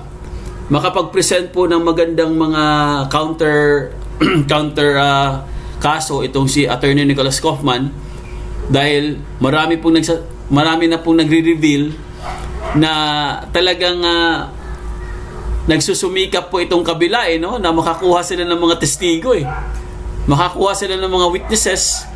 Pero sabi nga guys, maaring posible po talagang humarap sa one of these days, no? Ewan ko lang kung kailan naharap tong mga witness. Baka siguro bukas or baka siguro sa susunod na araw. Kasi yun talagang inaabang ko Malamang sa malamang ito pong mga di umano'y dala-dala po ng mga witnesses na galing pa pong Pilipinas isinakay sa eroplano. Isang eroplano pa sila no? Tignan natin kung ano po magiging outcome pag lumabas na po ang mga di umano'y mga testigo. Nako! Siyempre mga kaibigan, no, ewan ko lang kung meron po itong cross-examination, no, hindi ko lang alam ha. Maaring meron po, maaring wala. Kasi nagbigay na po ng initial na statement ang ICC at binasa ko na sa inyo ito kanina na hindi po nila pangalanan or bawal pong pangalanan mga kaibigan, di ba? Yan no, pinakita ko sa inyo kanina. Ayan no. Bawal no, ipinagbawal po paggamit na tunay na pangalan ng umanong mga biktima. So dito pa lang sa statement ni ano pangalan nitong si Blondie? Blondie, si Mutok. Si Judge Mutok. Dito pa lang guys sa kanyang assessment, talagang klarong-klaro po mga kaibigan na wala talaga tayong mahihita dito. Lumabas man sila, kung nakatakip naman ang kanilang mga mukha at wala naman tayong direct na identification kung sino po itong sinasabi nilang mga di umano yung mga biktima ko no or mga witnesses, ewan lang natin kung totoo ba talaga ito. Yan po ang delikado diyan dahil hindi po natin talaga malalaman kung itong mga witnesses na ipapakita nila or ipipresent nila diyan sa ICC The Hague confirmation of charges ay talagang mga totoo or mga organic. Malay natin, di ba? Baka yung mga galing lang sa mga gedli yan. At sino ang nagbayad sa kanila? Nako! Ha? Sino ang nagbayad sa kanila? Yun lang. Di ba? Yun po ang pinakatanong dyan. So, ito po. Mag-uumpisa na po tayo, guys. Teka lang, kung ano na ba? Tingnan po natin kung ready na ba? Kung meron na ba? Wala pa rin po. So, abang-abang po tayo konti. Dahil ang nakalagay po dito is 9:25. So, anong oras na ba? 9:21 na. So, 4 minutes na lang. 4 minutes to go at mag-uumpisa na uli ang pangalawang yugto ng confirmation of charges po or hearing ng ating dating Pangulong Duterte sa ICC The Hague. Hindi po natin alam guys kung ano po itong pangalawang yugto, no? Baka siguro ito na yung sinasabi nilang palitan ng ano. Baka mag-aaway na to. Kasi hindi ko naman, kasi ang una, kanina, puro pa mga privileged speeches po yun, no? Yung kanina, no? Binigyan po sila ng oras at pagkakataon po para ipaliwanag nila ang mga confirmation of charges. So, itong pangalawang yugto, ewan ko lang kung ano po mangyayari dito guys. Baka siguro palitan na ito ng ano. Di ba?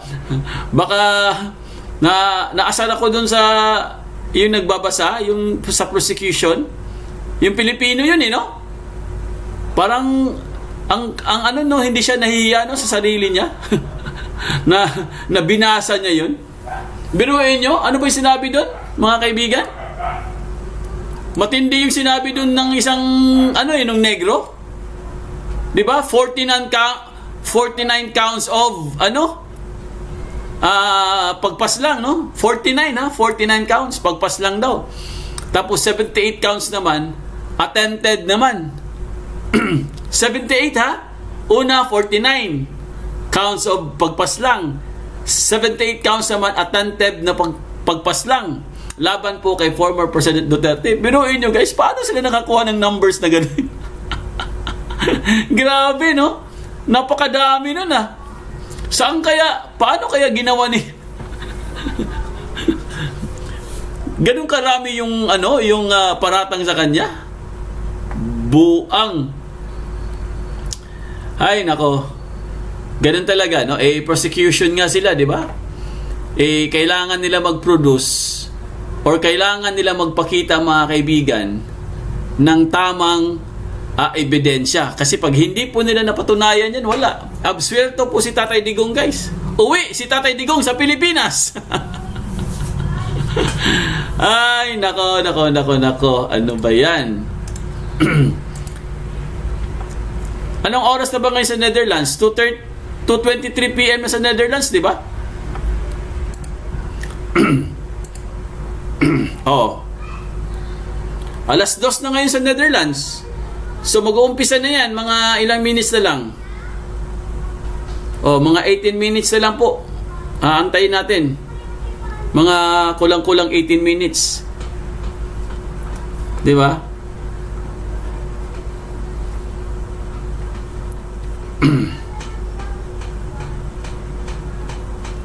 Kasi ang sabi ang sinabi 2 p.m. We will resume at 2 p.m. Ano yun? Netherlands time yun. Di ba? Pero umabot na po sa 2:23. 5 minutes more to go. Tignan natin kung mag-uumpisa. Pag hindi na po ito nag-uumpisa, guys, wala na, mapuputol na po tayo. Oo. Kasi alam naman natin, guys, yung connection natin, pag sobrang tagal po, magugurugor. So, pag hindi na po natin ito maabot, magkita-kita na lang po tayo bukas. Okay? Pero sana ma-play na kaagad. Kasi minsan, kanina din, ang tagal ng umpisa no? Ano na sila late na sila sa kanilang schedule Tapos ang dami ding napuputol na live, no? Napuputol yung live. Sila din napuputol din yung live nila. Parang feeling ko, guys, parang sinasadya Kasi bakit naman pag may sasabihin na po Attorney Nicholas Kaufman, pinuputol ka agad nila. Pero yung nagsasalita na yung Pilipino na nasa prosecution, wala pong putol, tuloy-tuloy hanggang sa natapos siya. Pero pagdating kay Nicholas Kaufman, ilang beses naputol ang live. Live nila, hindi live natin. Sila po naputol talaga sila. At nung bumalik na, wala na. Iba na yung sinasabi ni Nicholas Kaufman. Nag-jump na siya, no? Iba na yung hindi na natin naabutan yung kasi naputol Hindi ko alam kung sino yung binanggit niya. Malamang may binanggit siya doon. Di ba yung naputol na part? Mahaba-haba din yun no? Kasi nag-mention na siya ng pangalan ng Karim Khan Di ba? Check na natin kung ano na bang nangyari. Wait lang po, check lang po natin mga kaibigan kung ano na po. Check lang po natin ang ICC. Yan.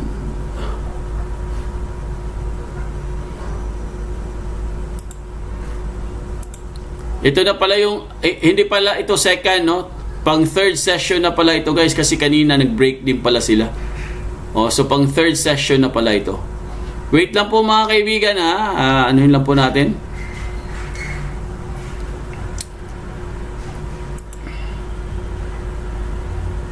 Check lang po natin kung ano na nangyari. Parang wala pang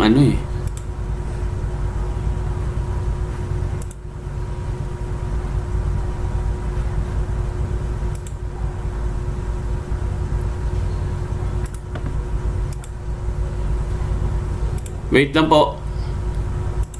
I-check lang natin mismo sa ICC kung nag-umpisa na ba. Live. Waiting. Ang daming waiting.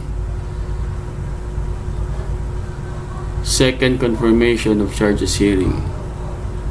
Dami namang waiting dito. Dito tayo sa DZ.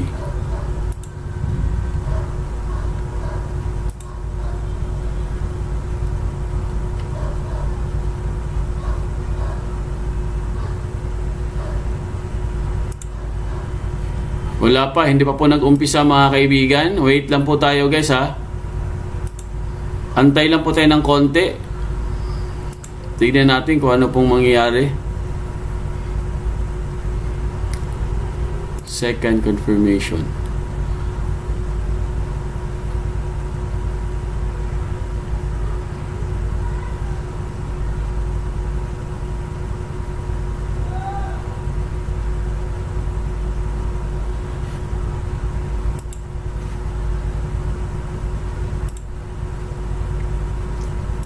Mga suki, pasok po kayo. Mag-like and subscribe po tayo sa channel.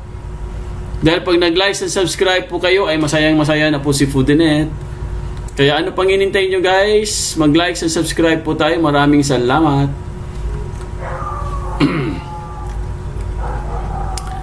Ayan po, no? Antay-antay lang po tayo ng konti. Lumampas na po sila sa oras. Wala pa rin. Ano na nangyari? Malapit na po mag-resume. Konting tiis na lang. Baka siguro nagme-makeup pa. yung si Blondie, no? Yung Blondie ang buhok, baka nag-makeup pa. Anong oras na ba ngayon sa Netherlands? Tingnan, check natin. Time check. 2:23 p.m. na po sa Netherlands. Ano na pala? Almost 2:30 p.m. na pala sa Netherlands,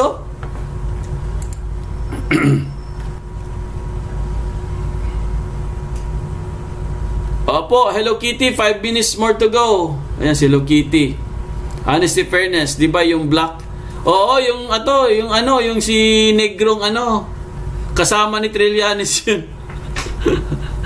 Nagpa-picture. Sabi ni Omar Lapin na 10 p.m. pabalik, sir. 10 p.m. pa? Tagal naman. Sabi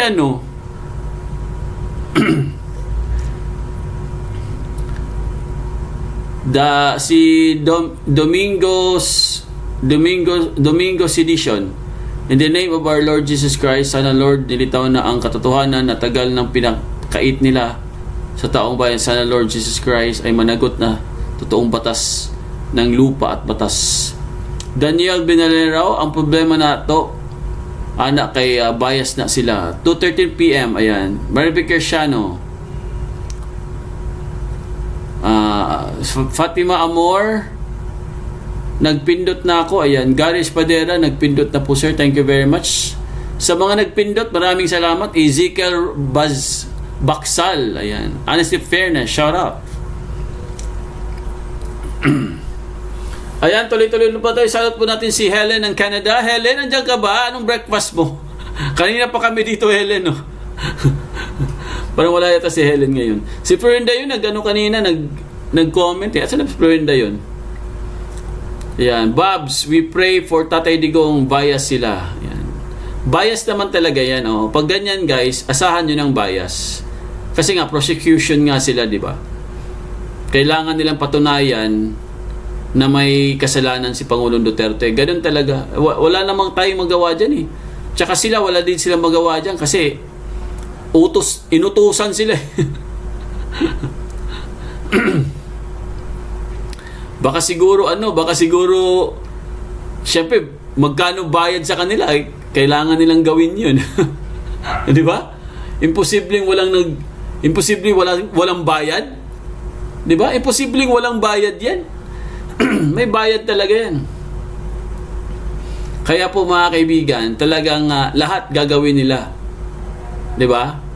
Kasi pera-pera lang yan Pera-pera lang lahat. Kaya by hook or by crook, kailangan nila mapakulong si Pangulong Duterte. Thank you very much, Babs. Ayan, Sabi ni Alberto Mabini, bukas na raw itutuloy ang hearing, sir. Bukas naman talaga may hearing, oo. Bukas po may hearing uli, guys, Sabi ni Daniel Benalera, 1 billion daw, sabi ni Marites. Kulang, alam mo yung 1 billion, kulang yan. Oo, kulang yan sa kanila. Ang dami-dami nila dun. Baka hindi lang 1 billion yan, baka 1 trillion. Kulang yan, 1 billion, ibabayad mo sa ICC. Magkano lang yan doon sa Europe? Magkano lang 1 billion sa Europe, guys? 1 billion pesos? Kulang yan sa kanila. Kaya malamang 1 trillion po yan. Sa tingin ko 1 trillion. Papayag ba 1 billion yung mga yan? Dami-dami nilang babayaran dyan. Ilan po ang mga judges? Di ba?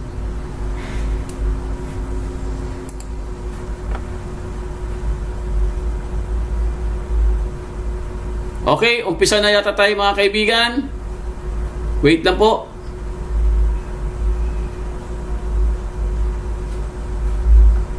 Mukhang mag-uumpisa na po. Wait lang guys, ayusin po natin ito. Wait lang po mga kaibigan. Baka mag-umpisa na po guys.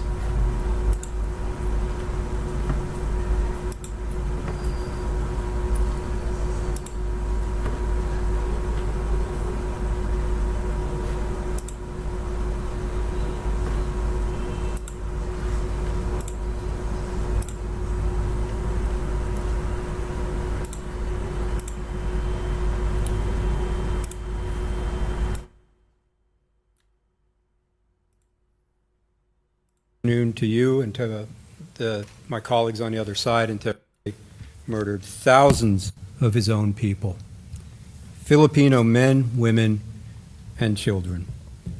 He was at the center of a common plan which included the murder of alleged criminals throughout the Philippines. The plan was first implemented in Mr. Duterte's hometown of Davao. While mayor, he promised to clean up the city by killing alleged criminals. He kept that promise, and he murdered hundreds through so-called liquidation squads, death squads. These liquidation squads became notoriously known colloquially as the Davao Death Squad, or DDS. After years, 2 decades of murdering alleged criminals as mayor of Davao, it became clear to him that this political strategy could be leveraged for higher office and for more power, the presidency. And that is exactly what he did. During his campaign to be president, Mr. Duterte expressly promised many times that he would kill criminals if elected. He claimed that Davao was Exhibit A in why he should be elected. And he pledged that if he won, he would expand the killings nationwide. He won, and that is what he did.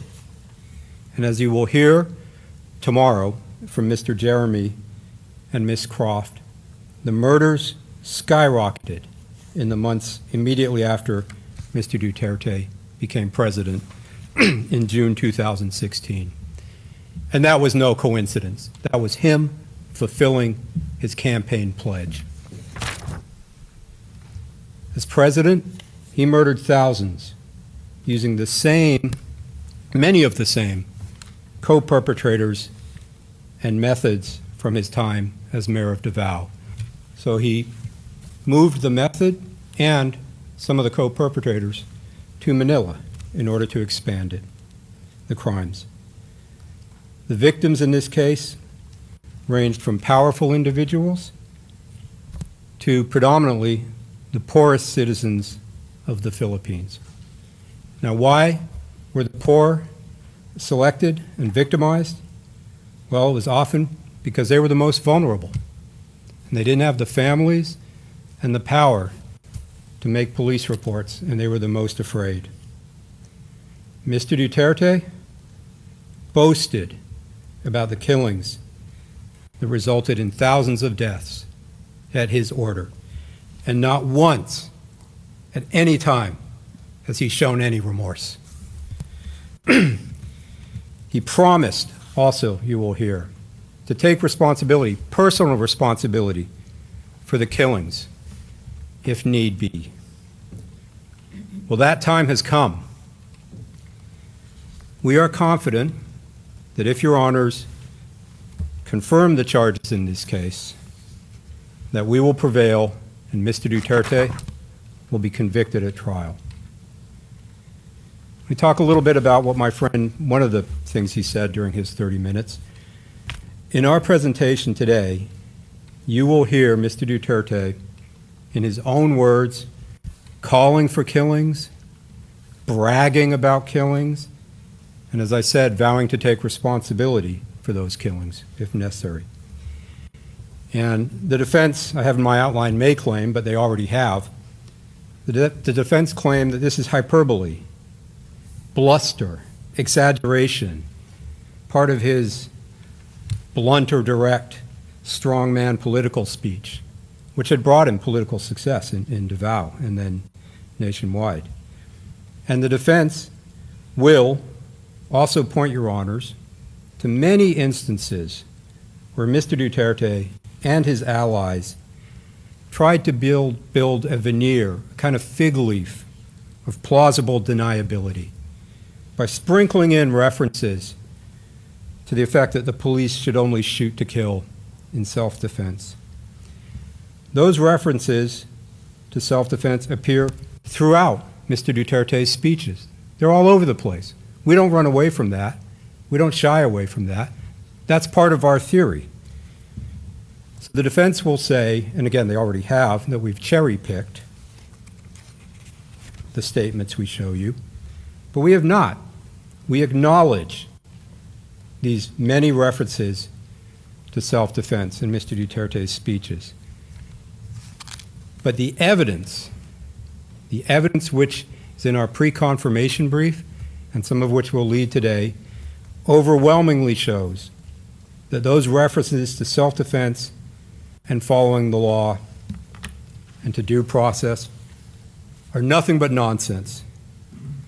Keep in mind, as mayor, he created a death squad. A leader who creates, leads, arms, and funds a death squad is not interested in due process or following the law. Those empty utterances were simply Mr. Duterte, who's chosen not to be here today. Those were simply him acting as the former prosecutor, trying to build in the reality is that Mr. Duterte's message was clear, and it was understood by the perpetrators, and it was followed. I will pay you, I will promote you. And that's what happened. And I'll say this as well, Your Honors. For purposes of this confirmation hearing, disregard every speech ever made by Mr. Duterte. Throw them all out. There is still ample evidence of substantial grounds based on the other evidence which we have put on our list of evidence. And the evidence as a whole, when you weigh it together, will show that what my friend said is not correct, that Mr. Duterte intended for his subordinates to follow the law, and that he was interested and that his speeches were simply bluster. I'll talk briefly now about the charges in the case. As the deputy prosecutor stated, we have 49 incidents totaling 76 murder victims and 2 victims of attempted murder. And of course, those are expanded upon in our pretrial brief, or PCB. Now, as my friends said in the LRV, while there are countless victims who've experienced harm as a result of Mr. Duterte's crimes, we have focused the charges in this case to these 49 incidents and these number of victims in order to ensure that this trial can be expeditious and that it can be efficient and that it won't go on for years and years. So these charged murders are emblematic. They're representative of Mr. Duterte's larger killing campaign.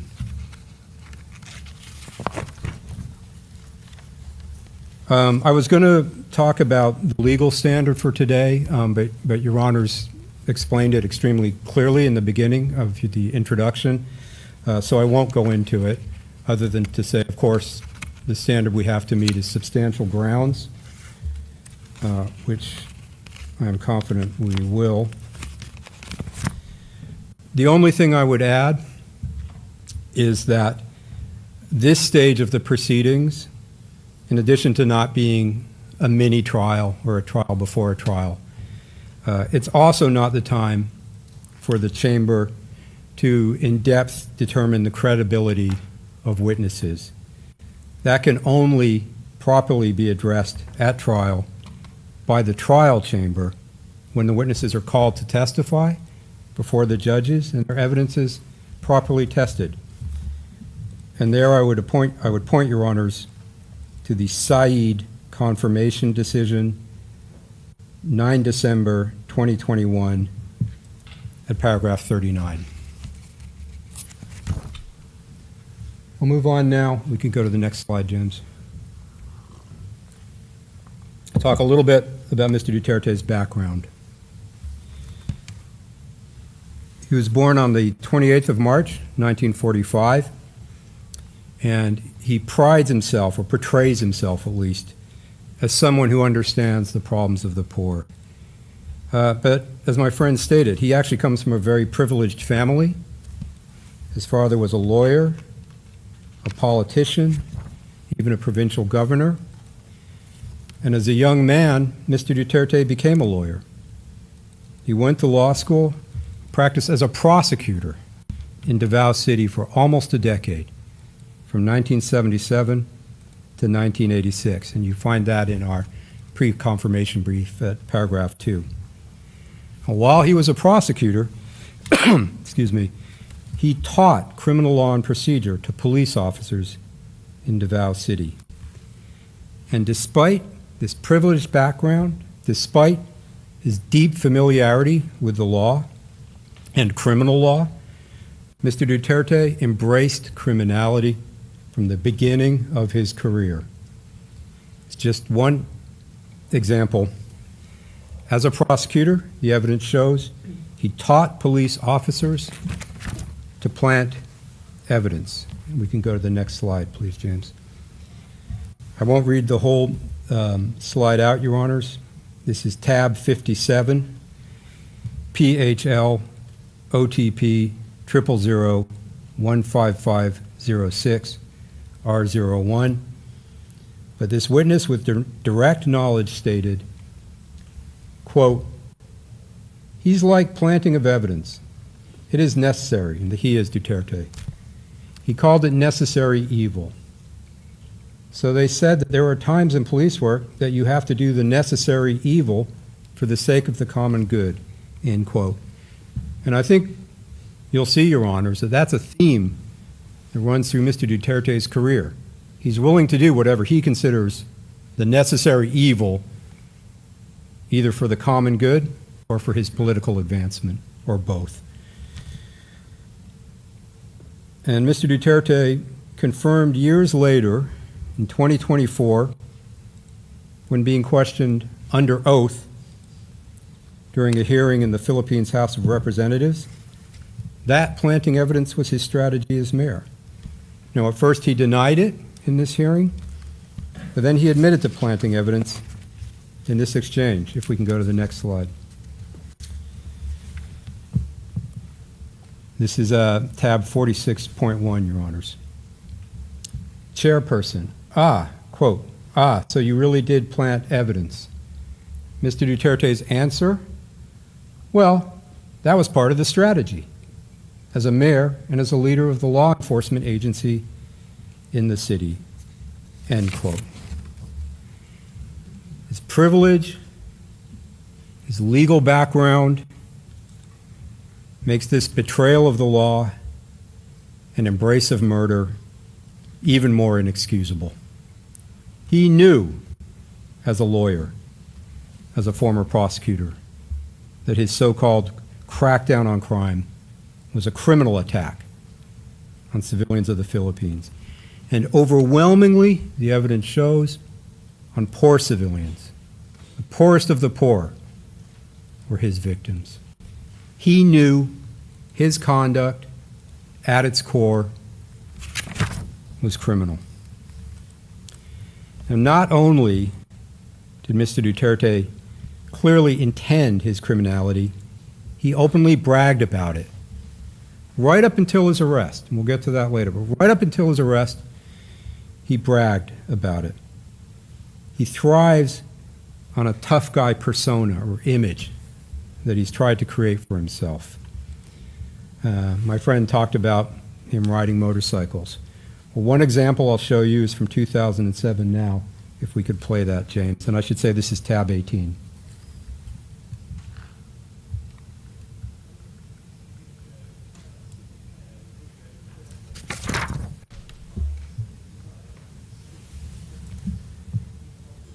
Grabe kasi ng malingan. So, riding a Harley Davidson, shooting a semi-automatic pistol. This is the image he's trying to create from the beginning. He likes to pose with weapons. If we can go to the next one, James. This is tab 80. And here in this photo, which was published in a newspaper, you can see Mr. Duterte holding an assault rifle. And I'll just note that we also see in this photo, to the immediate left of the photo, Ronald Bato de la Rosa. Bato is the nickname. And to Mr. Duterte's immediate right, Isidro La Peña. And we'll hear more about them later. Even days before he was arrested, 3 days before he was transferred to The Hague, this tough guy persona was on display again during a speech in Hong Kong. He brushed off the possibility of an ICC arrest warrant, and he referred to the ICC, quote, as motherfuckers who have been after him for a long time, end quote. This is him on March 9th, 2025, if you could play that, James. This is tab 136. Sa totoo lang, baka ang balita ko may warrant daw ako pag... Hindi, totoo. Yung sa ICC or something, matagal na akong hinahabol ng mga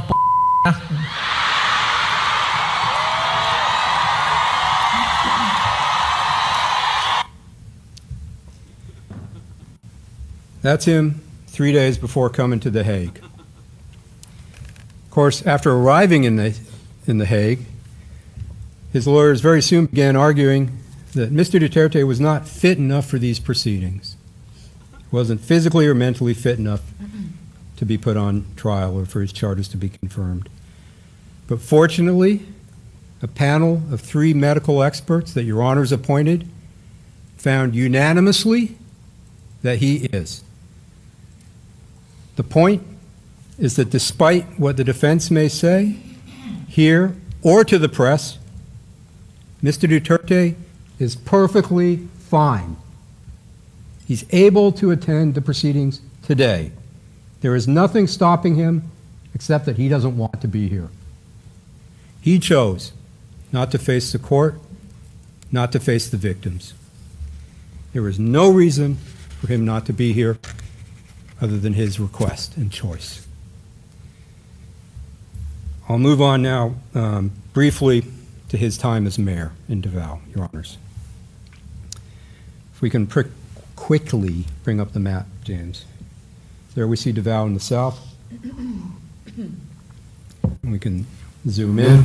Pwede pa yun. Hindi naman pwede yung picture na papakita mo. He was first elected mayor Di ba? Hindi pwede of Davao City in 1988 and served as mayor for more than 20 years, between 88 and 2016. And as the deputy prosecutor has noted, jurisdiction for this case is 1st November 2011 to 16 March 2019. We're limited to that jurisdiction. So that is the period we will concentrate on today, although of course before and after may be relevant. As mayor of Davao, Mr. Duterte promised a crackdown on crime. To quote, crackdown, end quote, on crime and drugs, Mr. Duterte created liquidation squads, death squads, made up both of Davao City police officers as well as non-police officers who were essentially hired hitmen, hired killers. And this system of his became known as the Davao model. The Davao model was murder, not being tough on crime legally, as my friend said. And you have to think, it's a little strange cracking down on crime by committing the crime of murder. Of course, Mr. Duterte did not commit these crimes alone. We discussed the co-perpetrators, including during the mayoral period, in our pre-confirmation brief, Your Honors. And you'll find that at paragraphs 8 to 23. I'll talk about just a few of them now, just to introduce them. First, if we go to the slide, thank you. Ronald Bato de la Rosa, who was a chief of the Davao City Police Office, or DCPO, from 2012 to 2013. Next, Vicente Danao, another police chief in Davao during the period. Next, Christopher Bongo, who was Mr. Duterte's aide, special assistant, and important advisor from 1998 to 2016 for the Davao period, and then continued later in the presidency. Mr. Dante Guiran, regional director of the National Bureau of Investigation. And finally, Italiano Aguirre, who is a lawyer for Mr. Duterte and for some of the DDS members during the mayoral period. And Ms. Croft will discuss these co-perpetrators and their roles in more depth in her presentation, which will be tomorrow. Let me talk now a little bit about the structure of the Davao Death Squad, or DDS. And as we say in our brief, it's a pyramidal structure. If we go, James, to the next one. Again, this colloquially became known as the Davao Death Squad, and it had a hierarchical pyramid-like structure. At the very top, as mayor, Rodrigo Duterte. And as mayor, he had, of course, de jure control over the Davao police. And the evidence shows, para 34, we talk about this in our brief, he also had de facto control. Under him were co-perpetrators, some of whom I have mentioned. The co-perpetrators had different roles, but one of them was to relay orders and instructions down from Mr. Duterte to the DDS handlers, and also to relay reports back up to Mr. Duterte. So a typical chain of command. The instructions go down, the reports go up. And the handlers were responsible for the different death squads, or DDS members. And at the very bottom, the lowest rung, the DDS members who actually perpetrated the killings, who carried out physically the murders. And they were made up of both police officers, who were generally lower level police officers, as well as non-police persons who were hired. These members at the bottom were often recruited because they had a debt or owed something to Mr. Duterte or the police, and they could therefore be controlled. And those members at the very bottom were at risk themselves, because if they did not follow orders, or if they tried to leave the DDS, they could be tortured or killed, or both. And there is evidence of that in this case. I'll talk now just for a few moments about the founding of the DDS, Duterte's death squad, the genesis of the death squads. One witness described his initiation into the DDS. He described it happening in 1988 at a dinner meeting in a hotel in Davao City. And this was a huge deal for this witness. I mean, it was almost unimaginable, being invited to a dinner in a hotel in the center of Davao where he was going to meet the mayor. Mr. Duterte was present, and he openly told the new members of the death squad he was forming that their job was to kill criminals. If we can go to the next slide, James. This is tab 50, Your Honors. This is what the witness recalls of the meeting. Quote, he, Duterte, told us that your job here in the city would be to kill the drug pushers, the snatchers, and the holduppers. That's what our job is going to be, end quote. And in private, with his paid killers, Mr. Duterte didn't say anything about self-defense. He then provided these death squad members with guns and ammunition, and again, in a festive way, a basket was passed around filled with handguns, and the new members could pull one out, like getting a prize, so they would each have a weapon for their new job. It was a celebratory event for Mr. Duterte. The witness explained Mr. Duterte was happy at this dinner meeting. He was laughing, and he even sprayed a bottle of champagne to celebrate. That's at para 5 for our PCB. One witness recalls, we can go to the next slide, James, thank you, recalled of this event, quote, he, Duterte again, said it was like a baptismal, like a launching. He was very happy at that Sino kayo moment. nag-tridor niya, no? End quote. May That's tridor yan, mga kaibigan. Mr. Duterte was very happy at the birth of the DDS.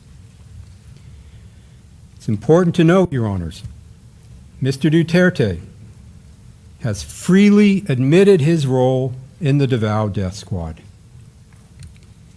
He doesn't deny it. Well, now he does, but he did not before he came here. During an interview with a local news station in 2015, he admitted that he is the Davao death squad. And if we could play that now, please, James.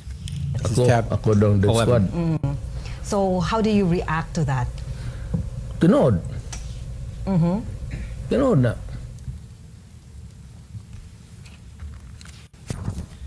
They say I'm the death squad. True. That's true. You know, Your Honors, in some ways, this case is not exactly. Pinutol yung video eh. Di ba nakasmile si Tatay Digong doon? Napanood ko yung video na yun, nakasmile siya doon. Biro lang yun mga kaibigan, yung sinasabi niya. Hindi lang nila tinuloy yung video, pinutol nila. Di ba? Pinutol oh. Hindi naman pinilay yung buo.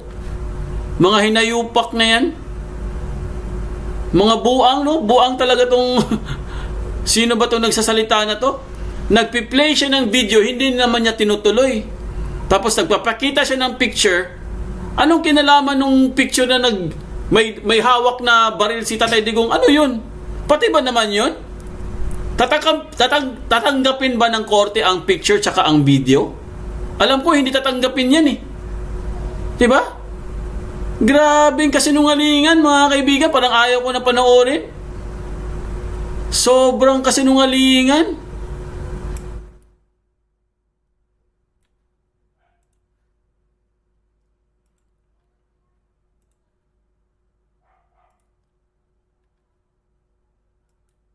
He confirms this admission. We go to the next one, please. Tab 41.1.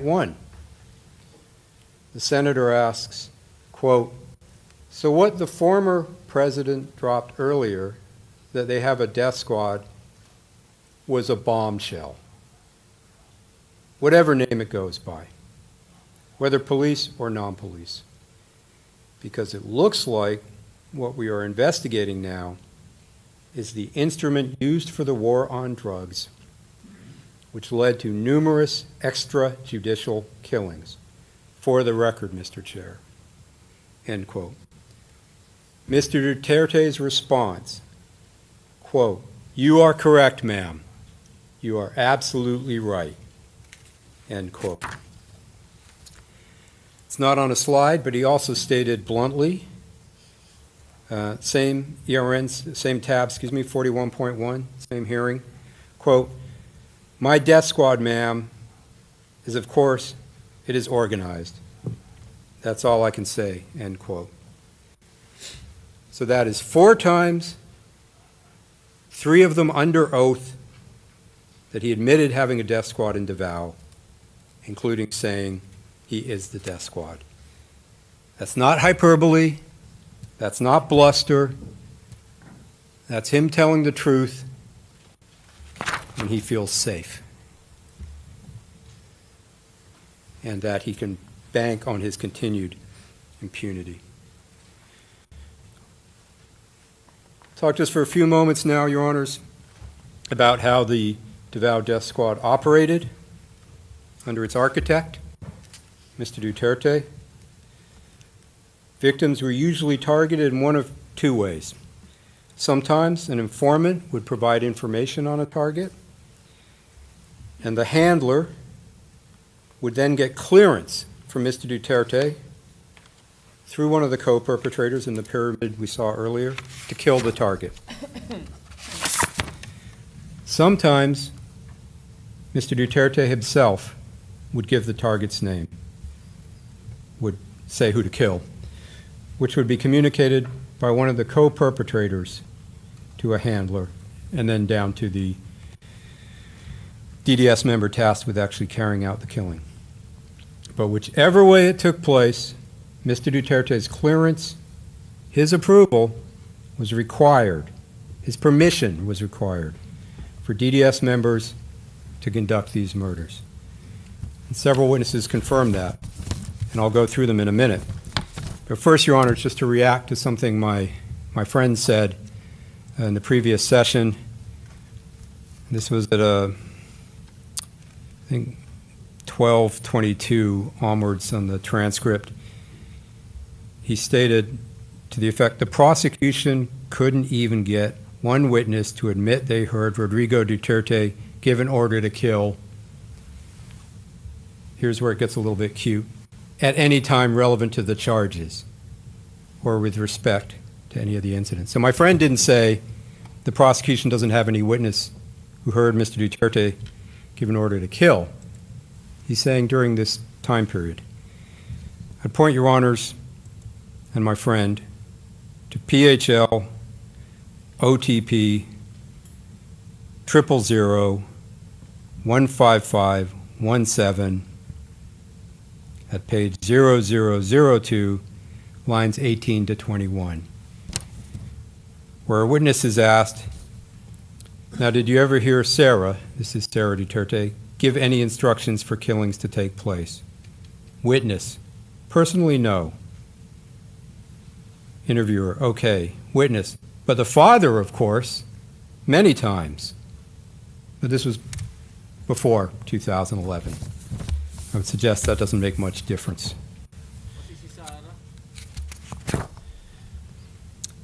Going back to the confirmations of his clearance, if we could go to next slide. Yes. This is tab 35, Your Honors. The witness stated, quote, only one person was making the decisions. You had to ask Duterte, because if we didn't make that request, if we didn't ask for authorization, we would be chased or we would be pursued, end quote. Another witness stated, if we go to the next one, please, tab 58, quote, we cannot conduct a clearing or killing operations without his clearance. Speaking of Mr. Duterte, we called it clearance, end quote. Finally, on the next slide, perhaps the simplest, the witness recalled, quote, a different witness recalled, quote, you cannot just kill anyone in Davao City without Duterte's approval. Otherwise, you will be charged, end quote. It's tab 117. In exchange for carrying out the murders as directed, the DDS members would be paid reward money. One witness stated, if we go to the next one, please, James, he recalled, this is tab 56, quote, "Every kill, the first reward money, to my recall, it was $10,000 per kill," end quote. And in addition to paying rewards for specific murders to the person who carried out the murder, Mr. Duterte also paid some of the DDS hitmen who were not police officers salaries by making them false employees of City Hall that he ran as mayor. These were so-called ghost employees. They got ID, they received salaries from the city of Davao, they were put on the books, but it was all a ruse because their only job was to kill. So it was Mr. Duterte using the city government and the apparatus to fund his death squad. He also, I'll just note quickly, provided death squad members with firearms, as I talked about earlier at the beginning of the DDS, but also with vehicles and ammunition so that they could carry out their crimes. We'll go to count one now, and I'll talk just a little bit about count one. And Mr. Jeremy will talk about counts 2 and 3 tomorrow. Count one is in relation to murders in and around Davao City during the mayoral period by the DDS. It encompasses 9 incidents of murder by Mr. Duterte's death squad of 19 victims in total. 3 of those 19 victims were children. I'll go to just one quick example. Incident 3 in our pre-confirmation brief, murders in Agdao Market. I'm just going to go through one of them.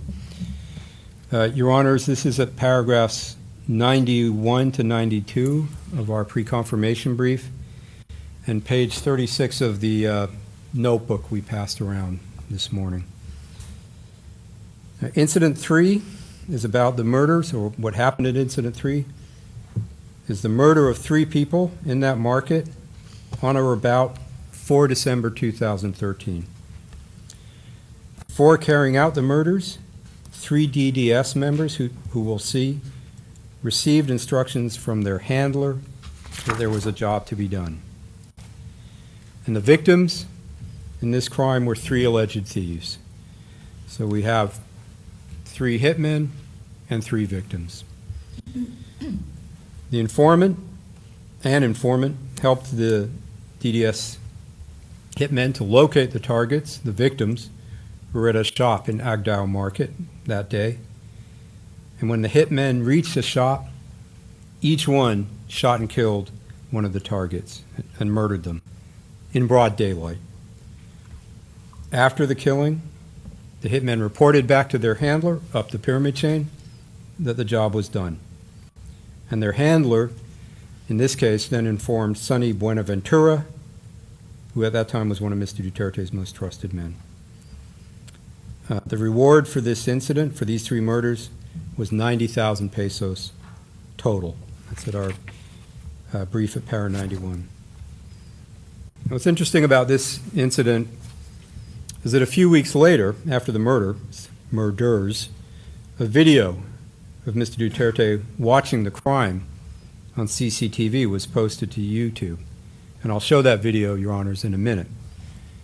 But in the video, you'll see Mr. Duterte standing in the CCTV room looking at a bank of television screens. The video then zooms in on the CCTV footage of the crime, and you see 3 DDS members walking up the street in the market.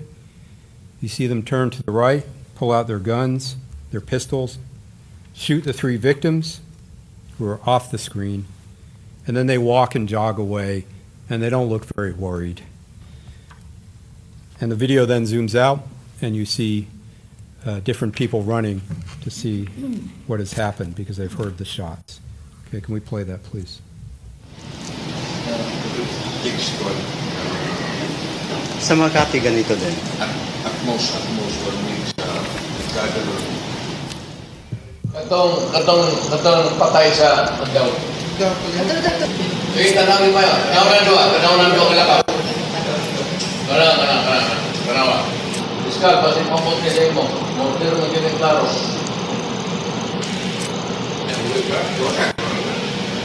Tanawa na. Kaya, bukada. May pagkita ni Cesar Rosales.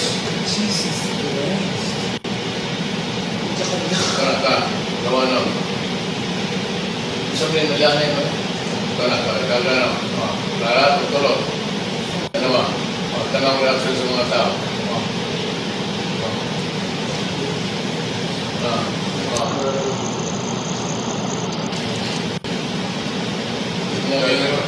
Dito, patay na. Ito. And you have to wonder if what my friend said is true, that Mr. Duterte is an honest mayor trying to solve crime. You have to wonder, Mr. Duterte portrayed himself as tough on crime, law and order enforcer. This triple murder was filmed. Mayor Duterte watched it himself. You can see the perpetrators shooting, committing the crime.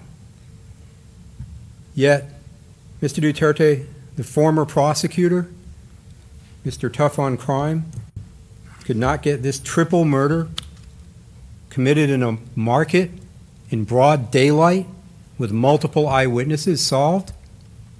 Of course not, because it was his murder. And that brings me to the next point, which is clear. DDS members did not fear punishment because they were committed at Mr. Duterte's orders or direction. He authorized this Incident 3 killing and the others in Davao City.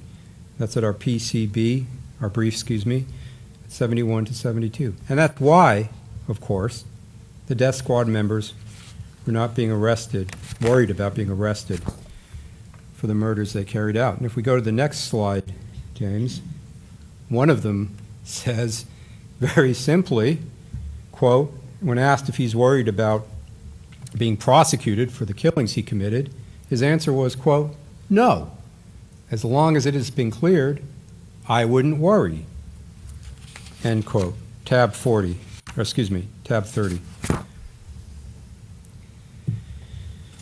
And it's highly understandable that the DDS members were not worried about being prosecuted for the murders they committed, because Mayor Duterte took pride in these killings. He was interviewed as mayor in late 2015, and a reporter put a question to him, asked him about a human rights group report which suggested that he had killed 700 people in Davao.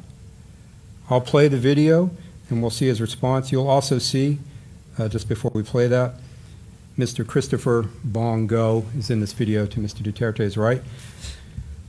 Look at the question, look at Mr. Duterte's answer. 700 no, pinatay ko. Nagkulang ho sila sa kwenta. Medyo mga 1,700. No denial. Instead, he takes credit for 1,000 more killings. That isn't bluster. That's not hyperbole. That's the truth. I'll move on now, Your Honors, coming to the end, and talk a little bit about his road to the presidency. He saw that the political success of his Davao model, as my friend said, he kept getting reelected. Bugo. Wala, mahirap pakinggan, mga kaibigan. Napaka BO, napakatanga. Paano niya ginawang example yun? Ganun naman talaga si Tatay Digong, mahilig magbiro. Hyperbole po yun. Hyperbole. Grabe. Ewan ko lang po mga kaibigan, kasi ang pagkakaalam ko talaga guys, hindi po ako abogado, no? Pero ang pagkakaalam ko talaga, hindi po ito tinatanggap sa korte.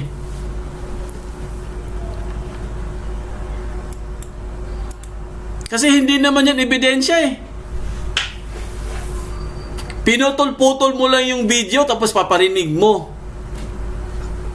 Tapos magpapakita ka ng picture na may hawak siya na baril. Anong klaseng...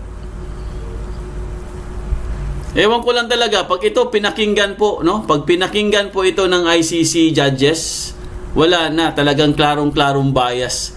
Klarong-klarong bayad.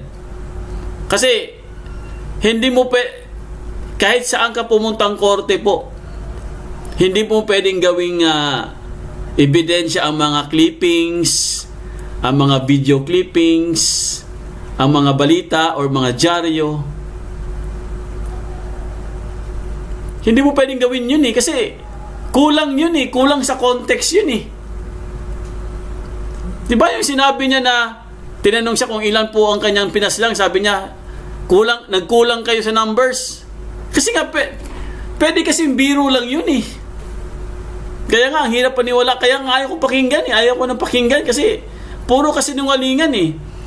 Ewan ko po mga kaibigan kung ito bang lawyer na to. Kasi international lawyer to eh. Hindi niya ba ito napag-aralan?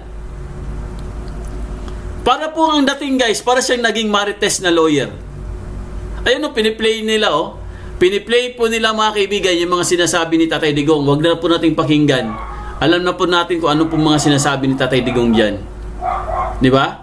Alam na natin puro ano lang yan, puro hyperbole lang po yan. Kasi ako guys, napanood ko lahat yan eh.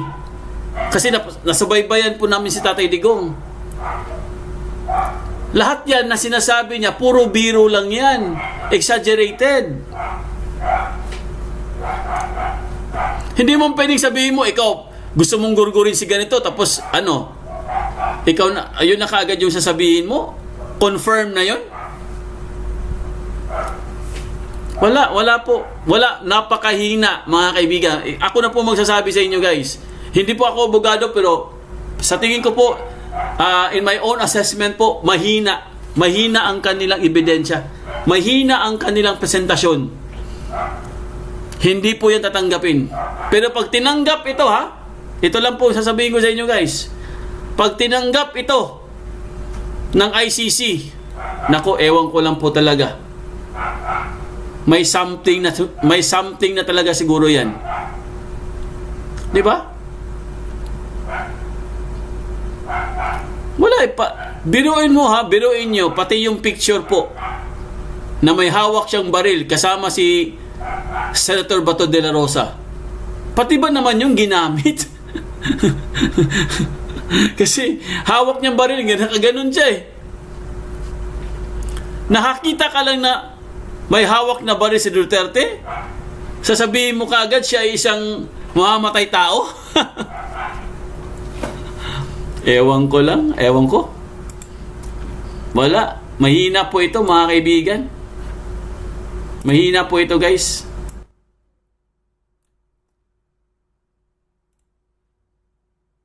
And it would reach 50,000.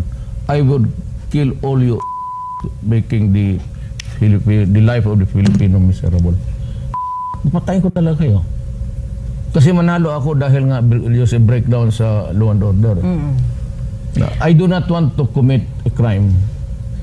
But if by chance, per chance, God would place me there, magbantay kayo, kasi itong 1,000 na ito maging 100,000. Diyan mo makita tataba yung isda dyan sa Manila Bay.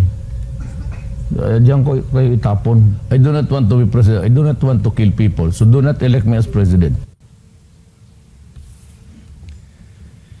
If I become the president, I will order the military and 3 the to 6 police. months. Oops. Sorry. So, if I become the president, I will order the military and the police to hunt down the drug lords the big ones, and kill them. Tell me, what is my credentials to the presidency? Then I'll say, Davao is Exhibit A. Either I get what I want or you perish. Let's be straightforward. What does that mean? That means killings. You should get out. If not, I will really kill you. So I killed them. Let's not play hide and seek anymore. Let's just be frank. I will tell the police and the military, go out and kill them, period. I will really kill you. I do not want to kill people, so do not elect me as president. That's the man before you for this hearing, even if he's not in court today. He repeatedly promised to kill people, his own people, if elected president. He said it, he did it, that's who he is. He won the election, became president on 30 June 2016, and did exactly as he said he would. He murdered thousands of people by taking the Davao model nationwide. I'm finished, Your Honor, and perhaps I'd suggest that the next presentation start tomorrow, if you don't mind, because we only have 5 minutes. Judge Motok, thank you, Mr. Prosecutor, your presentation and your suggestion. We have now come to the end of this first day of hearings. I would like to thank all the parties and participants, as well as our interpreters, the registry, and the technical staff, as well as all those who contribute. Ayan po mga kaibigan, natapos na po guys ang first day of confirmation of charges. Hanggang dito na lang po tayo mga kaibigan. Natapos na po. Itutuloy po ito bukas. Talagang hinayaan lang po nila magsalita. Itong prosecutor po mga kaibigan, kung ano-ano mga pinagsasabi, hayaan na lang po natin, no? Yun ang trabaho nila yan eh. Diba? Ganun talaga. Hayaan na lang po natin. Tignan na lang natin guys kung ano pong mangyayari sa mga susunod po na mga araw o sa susunod po na mga susunod po na mga hearing po. Kung bukas po mga kaibigan, antabayanan po natin guys for another hearing. Same time po, no? Hindi ako nagkakamali, parehong oras pa rin po yan. Ganun pa rin po mga kaibigan, magla-live po tayo ng same time po yung live natin, no? Normal live natin, 1:30 PM Philippine Standard Time. Tapos magpapahinga po tayo, tapos live tayo uli para po sa hearing. So kita nyo naman, kahit kayo po guys, no? Saksi naman kayo kung paano po nila talagang ginawan ng istorya itong ating dating Pangulo. Although, alam ko naman na sinabi naman talaga niya yun, di ba? Kahit kayo, alam nyo yan eh. Kami talagang sinubaybayan namin yan eh. Bawat interview niya, pinapanood namin yan. Sinabi naman talaga niya yun. Pero po, sabi nga nila guys eh, hyperbole po yun. Ano ba ibig sabihin ng hyperbole? Exaggerated. Yung ganito kasi ang mga Bisaya, no? Ako, Bisaya ako eh, no? Pure Cebuano ako eh. Kami kasi mga Bisaya, mahilig talaga kami kung iboto ko ninyo kanang mga durugista, ako dun ang hot dun tamong tanan. Ana man na, di ba? Ana man ng mga Bisaya, yung mahilig ba Pero syempre, out of lang yun, di ba? Kasi nga, gusto mong malinis or gusto mong protektahan ang mga kababayan mo. Diba? Siyempre, presidente ka eh. Kailangan mong protektahan ng bayan. Hindi naman porket sinabi mo, sige, ubusin ko kayong lahat. Ayaw niyong tumino. Diba? May tagline siya na sumikat eh. Huwag niyong subukan. Diba? Palagi niyang sinasabi yun eh. Huwag niyong subukan. Masisira ang buhay niyo. Mga ganun eh. Mahilig tayo sa ganun eh, ang mga Bisaya. Mahilig, mabugal-bugalon mo kayo mga Bisaya. Good. Bahala ka na kung anong isipin mo noon, pero may kasamang may kasamang ano yan eh, may kasamang, syempre, parang warning yan eh. Warning yan sa mga matitigas ang ulo. Di ba? Na pag kayo pag hindi talaga kayo minto. Kaya sinasabihan niya palagi mga mga durugista, tumigil na kayo. Itigil nyo na yan kung gusto nyo pang mabuhay. Parang ganun yan eh. Masama ba yun? Di ba? Masama ba yun mga kaibigan? Pag nagsabag, ikaw na, president ka, no? Magiging president ka na. Sasabihan mo, sige, pag ako iboto nyo, yari kayo. Kaya wag nyo akong iboto kasi mauubos kayong lahat. Kayo mga durugista, pumili kayo kung saan kayo maglalanding, sa hospital o sa sementeryo. Ganun ba? Ganun mga, alam niyo na mga birong guys, may ang hirap kasi sa mga puro mga BO, mga parang walang parang walang mga pinag-aralan. Biruin mo, nagpakita ng picture, may hawak na baril si Tatay Digong. Akala mo presentation sa school eh. Aray ko, Diyos ko, sakit ng bangs, wala nang tayong bangs. Ay nako, Diyos mio, Marimar. Parang mga tanga. Pero yung kay Hontiveros, alam ko, sinabi talaga ni Digong yun sa Quadcom. Nagsagutan kasi sila dun eh. Matigas kasi makulit kasi itong Hontiveros na to eh. Kaya biniro na lang ni Tatay Digong eh. Si Tatay Digong po talaga guys, mahilig talaga siya magbiro. Ganun talaga ang katauhan niya. Na yung biro niya guys, minsan, akala ng mga tao totoo. Pero biro lang po kasi ganun nga ang mga Bisaya. Sino ba Bisaya dito? Tanungin nyo sa Hello Kitty. Bisaya si Kitty. Ganun kami mga Cebuano. Bugal-bugalon kayo ba? Di ba? Ano man ang mga taga Cebu? Bugal-bugalon, mga taga Davao. Ay nako, puang giatay. Way lami hiringa eh. Bukas po, ano kayo magiging hearing bukas? Ano na naman kayong kasinungalingan bukas? Ewan ko ba? Pero para sa akin po napakahina ng defense, napakahina ng prosecution. Para sa akin po napakahina. Ano si Lukiti dong kusog tayo mga hadlok pero kutubra diha. Ano man ang mga Bisaya kusog kayo mga hadlok Di ba? Ano man na? Di ba mga sa mga mayor, ano man ang mga mayor ay mong pagsurang-surang na yari mo sa ako. Ay mo, ano man ang mga Bisaya, ayo jumog na. Kidaw jumog. Ay mo pagsurang-surang na. Ubusin ko kayong lahat.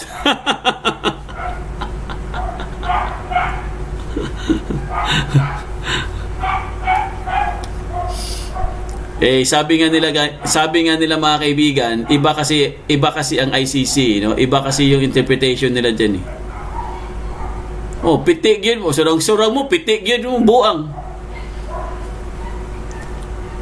Pero dasal na lang tayo, no? Dasal na lang po tayo dahil iba kasi ang interpretation nila eh.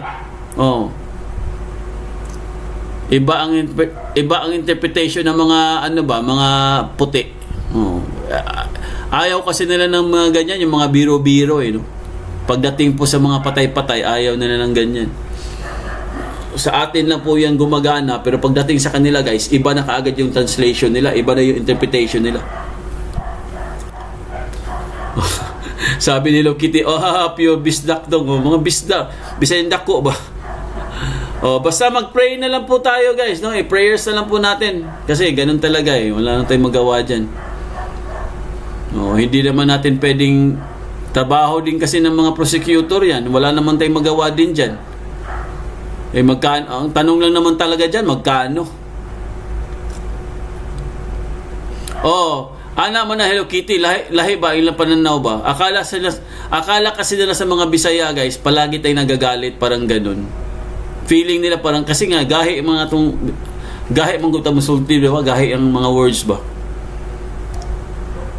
Eliezer Andrade, kabalo naman taan na, sir, dong, pwede nga, Garaon. Garaon man mga Bisaya. Ang mga Tagalog bangukay di sila kasabot ba? Ano man ang mga Tagalog di sila kasabot. Hindi naman lahat ng Tagalog, no, pero karamihan sa Tagalog hindi kasabot ba? Mga buang ba, mga bugo. Marami kasing bugo no. Oo, hindi nakakaintindi ng ano ba? Kanang gara-gara sa Cebu, sa Cebuano, mga Bisaya. Honestly, fairness, thank you, Attorney Kaufman. Ayan. Edwin Malunhaw, hire bully only, threatening an all abiding citizen. Kasi si Tatay Digong, sinadya niya yun eh. Sinadya nga ganun siya magsalita. Kasi gusto niyang takutin, guys. Sinabi naman talaga niya personal.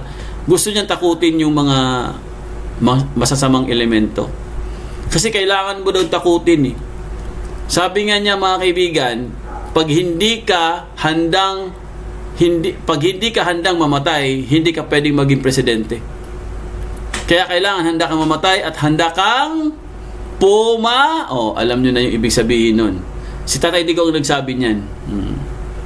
Kasi po, ganun naman talaga ang kanyang prinsipyo po, no? Kasi nga, siyempre, yun yung ano niya eh. Panakot lang po niya yun, panakot. Oo. Kasi gusto nga niyang takutin yung mga durugista na ayaw huminto. Ang tigas din kasi ng ulo nito mga to eh. Ayaw huminto eh.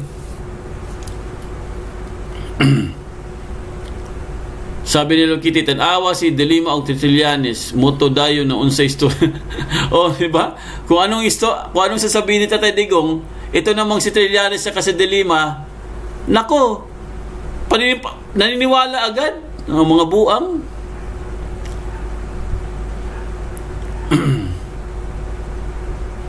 Di ba? Mga uplo kay ba? Daniel Binaleraw, pilingin ako, murag Kaufman na o sa murag mga kauban naman nila sa tanan.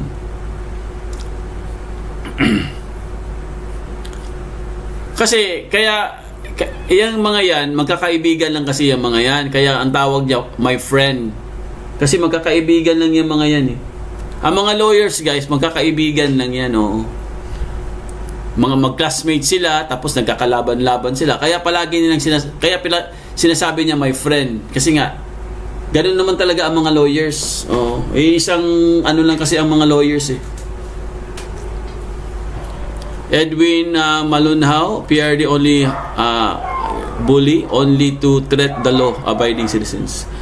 Kasi kailangan mo, kailangan mo kasi takutin ang tao. Kasi matigas ang ulo eh. Ayaw sumunod eh. So, tanging paraan lang po para sumunod sila, itakutin mo. Kasi pag hindi mo sila tinakot, wala.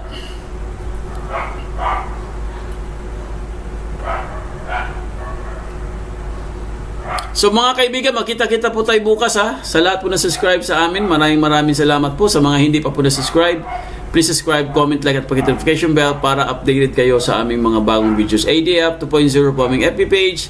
Follow, like, and share ng mga videos. Ayan po, hanggang dito na lang po tayo guys. Magkita-kita po tayo bukas. Bye-bye!